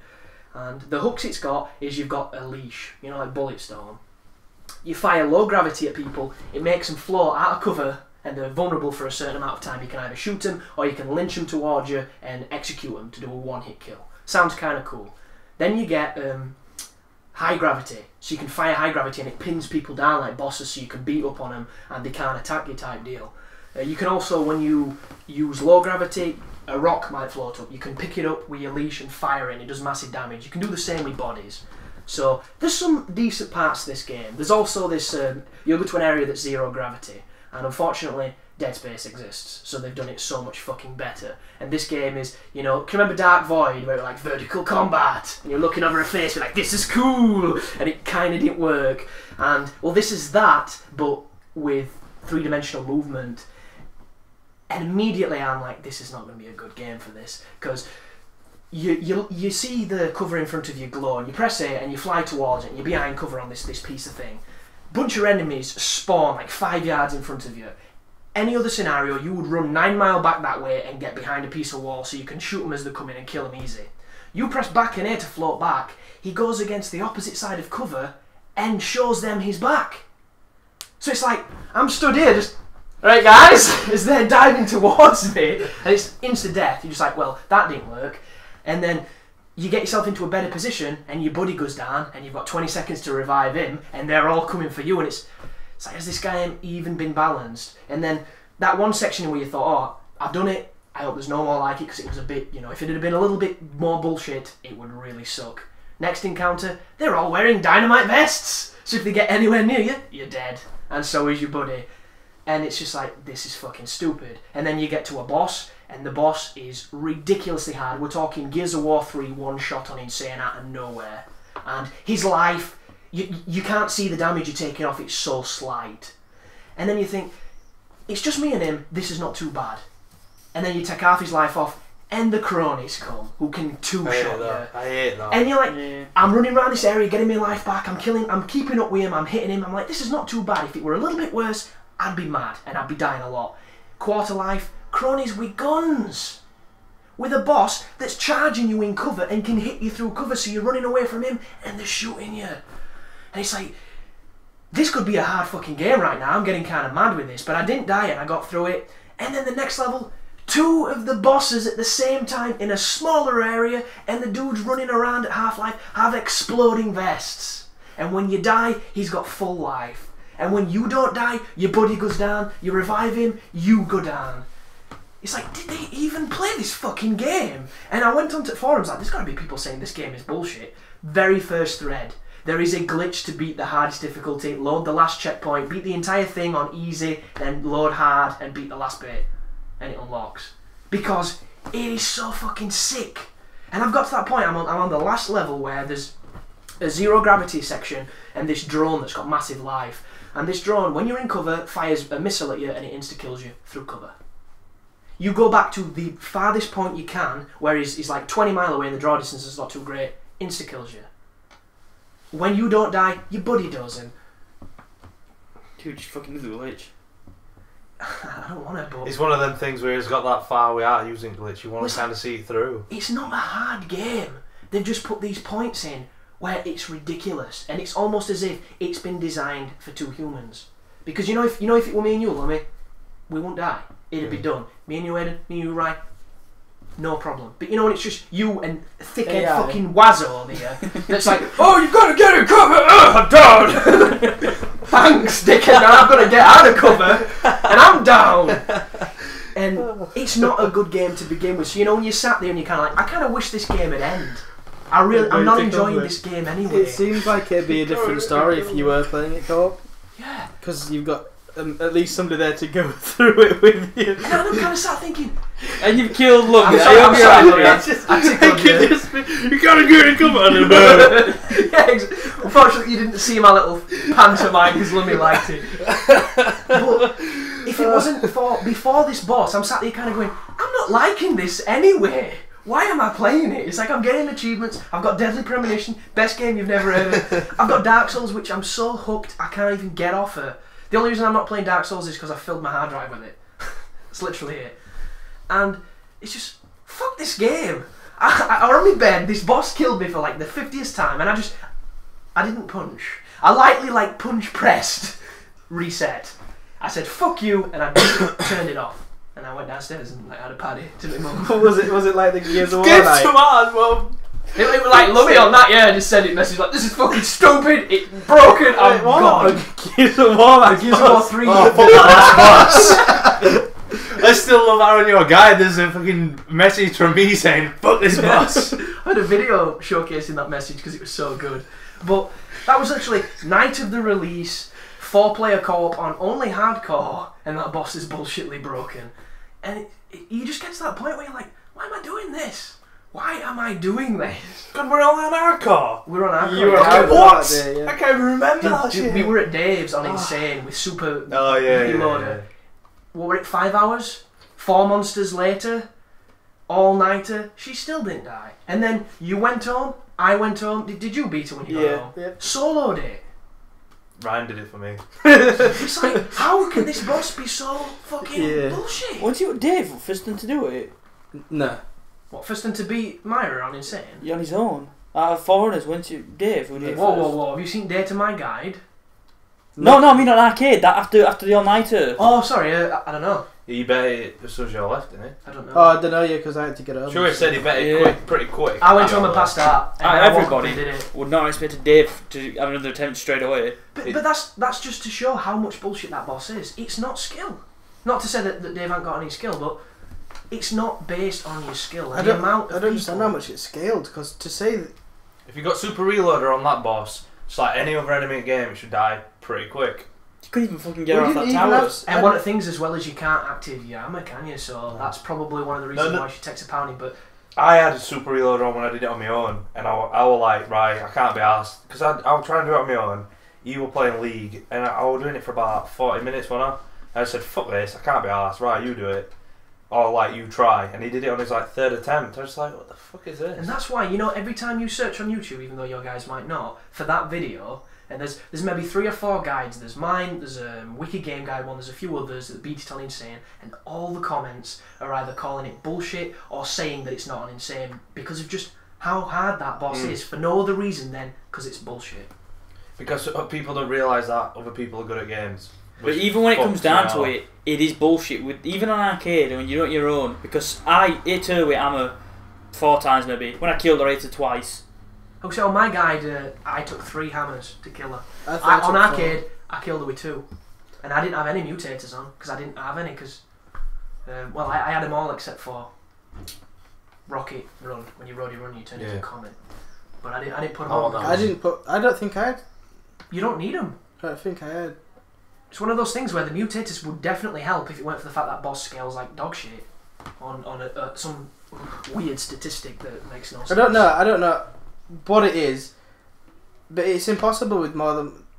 I think what happens is, when you play solo, you play differently. Like if I saw you went down, I'd be like, right, I've got to get you back up. Yeah, but dude, you know when I go down, it's you fail. Oh, if I go down, when they go down. Oh, fuck you, bear. Good luck. You crouch walk towards me. You just take your time. Yeah. If that's one of your, I've got to get you up or we're done.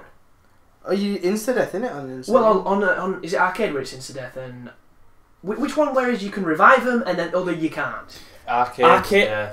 Yeah, but you've got 20 seconds to come back, haven't you? Yeah. So story, like they go down, you can get them up, because that video where us on that 4-play, that's story. Because there's those times when it's literally. It's Mass Effect 3 co-op on Gold, where you're up, you're down, and you're both just flapping like mouths, like fucking Terrace and Phillip. Just bullshit. Yeah. It's the best moments. And then there's people on that video, this is all skill, there's no luck involved, you're just bad. Like, yeah, if I knew where you lived, you'd be stabbed.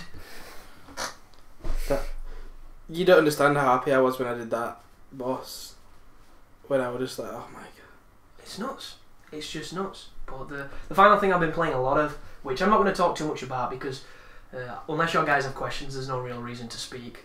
I just wanted to bring up a game that people may have forgotten about. I never played it, but Max Payne 3 came out since our last podcast. Nobody's mentioned it, and I thought it was quite a big release. Well, the difficult thing for me is I spent, 27 videos talking nothing but Max Payne. Right, I see. So for me, it's not that newest of news, but we can talk Max Payne. It seemed like a big release, and nobody's really mentioned it. Max Payne I've never played a Max Payne. I've only ever seen him, so I got much of an opinion on it. I never played it, so I don't. I understand that it's a good series of games, and I want to play the 3rd one, but I've never played. I've seen first 2, but not played first 2, so I can't really. You don't really need to. You really throw. I would go as far to say that if you've played Max Payne 1 and 2, you're at a detriment in Max Payne 3 because the way you will try and play that game, you will die. Because shoot dodging like a psychopath at every occasion, looking stylish with double pistols, doesn't work. It's more like shooting around corners, Born Conspiracy style. Yeah, but if you're on PC, which I've got to add this, does work. Because the sensitivity of the mouse is amazingly more higher than the controller. Because I play on the full sensitivity and I struggle to kill more than 3 people in one shoot dodge. And that's on a lucky shoot dodge. On PC, you can go bang, bang, bang, bang, get 6 or 7 if you're good enough, if you're fast enough. And console, you can't do it because Max won't turn. Max won't turn. And Is this what I saw Aiden doing every time I walked in, where you jump and you shoot things? Yeah, pretty much. Right, and then you fucking face plant into a wall. Yeah. And it brings you out of bullet time because it's all, it takes about 40 minutes to get back up, and they're all just like, I see it. Bang, bang, bang, bang, most bang, annoying bang, bit is, on others, you press jump, he jumped instantly. On this, he does this. His body like he's building momentum to go. Yeah, it's animation heavy. Everything is. It's realistic doing that, but it's fucking bullshit. If I can jump now, I'll kill these dudes, but I can't afford them few split seconds to do the push off jump that he needs. His movement's got weight and it looks amazing. The animation on the game is fantastic, but you know when you're up against a wall and there's a guy running around a corner and Max, for some reason, because it's realistic, puts his gun up because there's not enough space where the wall is instead of clipping through it, and then you have to turn, wait for him to lower it before he starts firing, and the guy's just one-shot you with a shotgun. And this happens in milliseconds, but you know, unless you know the mechanics, you'll never see it. But if you do, you will shout, because I did a lot in my guide. Because that's the thing with us, and that's the thing with a lot of people that probably listen to this or like games as a general. We play on such a meta level of gaming that your casual gamer doesn't even see it. You know, the things that we bitch about. People might think that we sound negative, but it's just because we have such a strong understanding of these mechanics that we've played and we've used and we've exploited for a long time. For things to go wrong and not be as efficient as needed, it's like, yo, there's a problem here. It's like adding a charge time onto frigging jumping. Yeah. It's just like a lot of things. How does it make it in the game? And I know it looks good. Max Payne is probably one of those exceptions. It looks so damn fucking good. You're like, well, I don't mind dying because I get to listen to that awesome song in the airport again. And face planting does look awesome because he falls like he fucking just did jump with all his weight into a wall. Yeah, I mean, for continuity for that stuff, it's great. But for I want to win on the hardest difficulty, maybe not. Yeah. But yeah, any other opinions on Max Payne 3? Yeah, multiplayer looks dick. Multiplayer's pretty rough. I think the script is great, but I don't think it's as flowery as when Remedy did it, because the guy that does it, Sam Lake, guy is a gifted writer. He's a boss. I love him. I wish I were finished just so I could fin him. Amazing.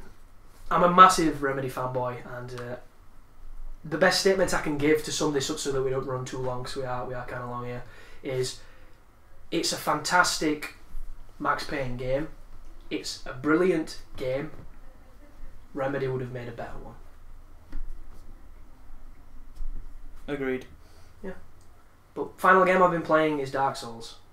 And Dark Souls, if I had have played it when we did the Game of the Year podcast, it would have been the Game of the Year for me.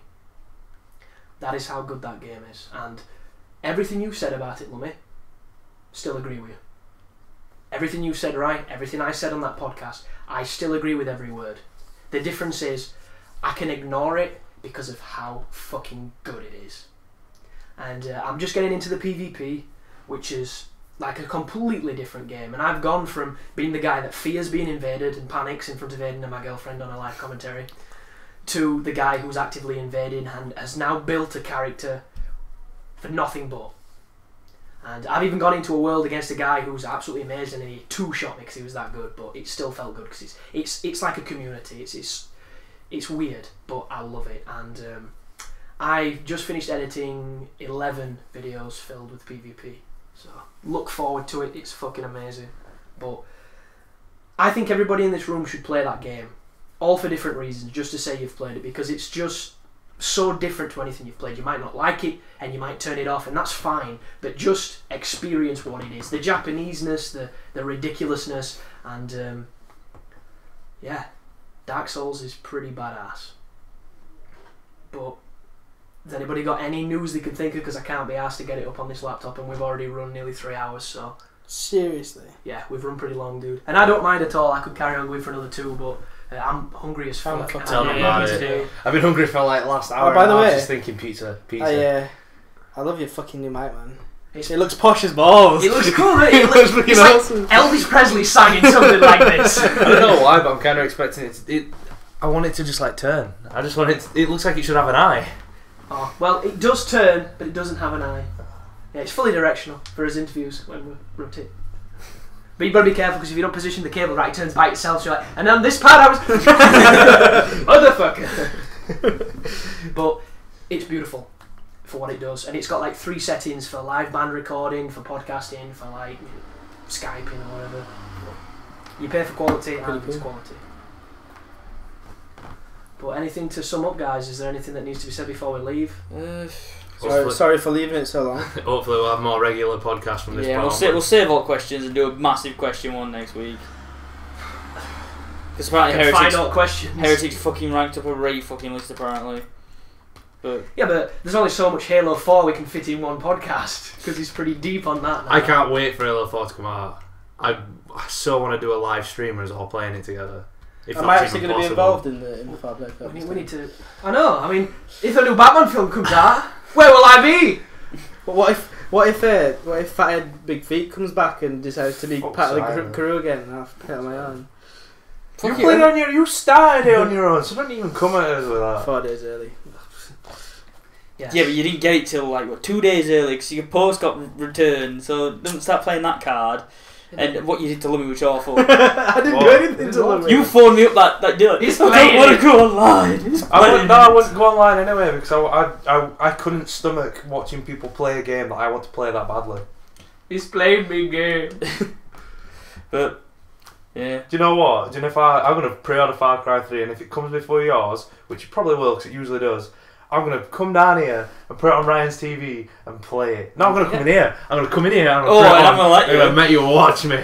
I pre-ordered Devil May Cry 4 from Play.com. Every single person on my friends list got that game early and was playing it. Mine never arrived. That's shit, that. Play.com.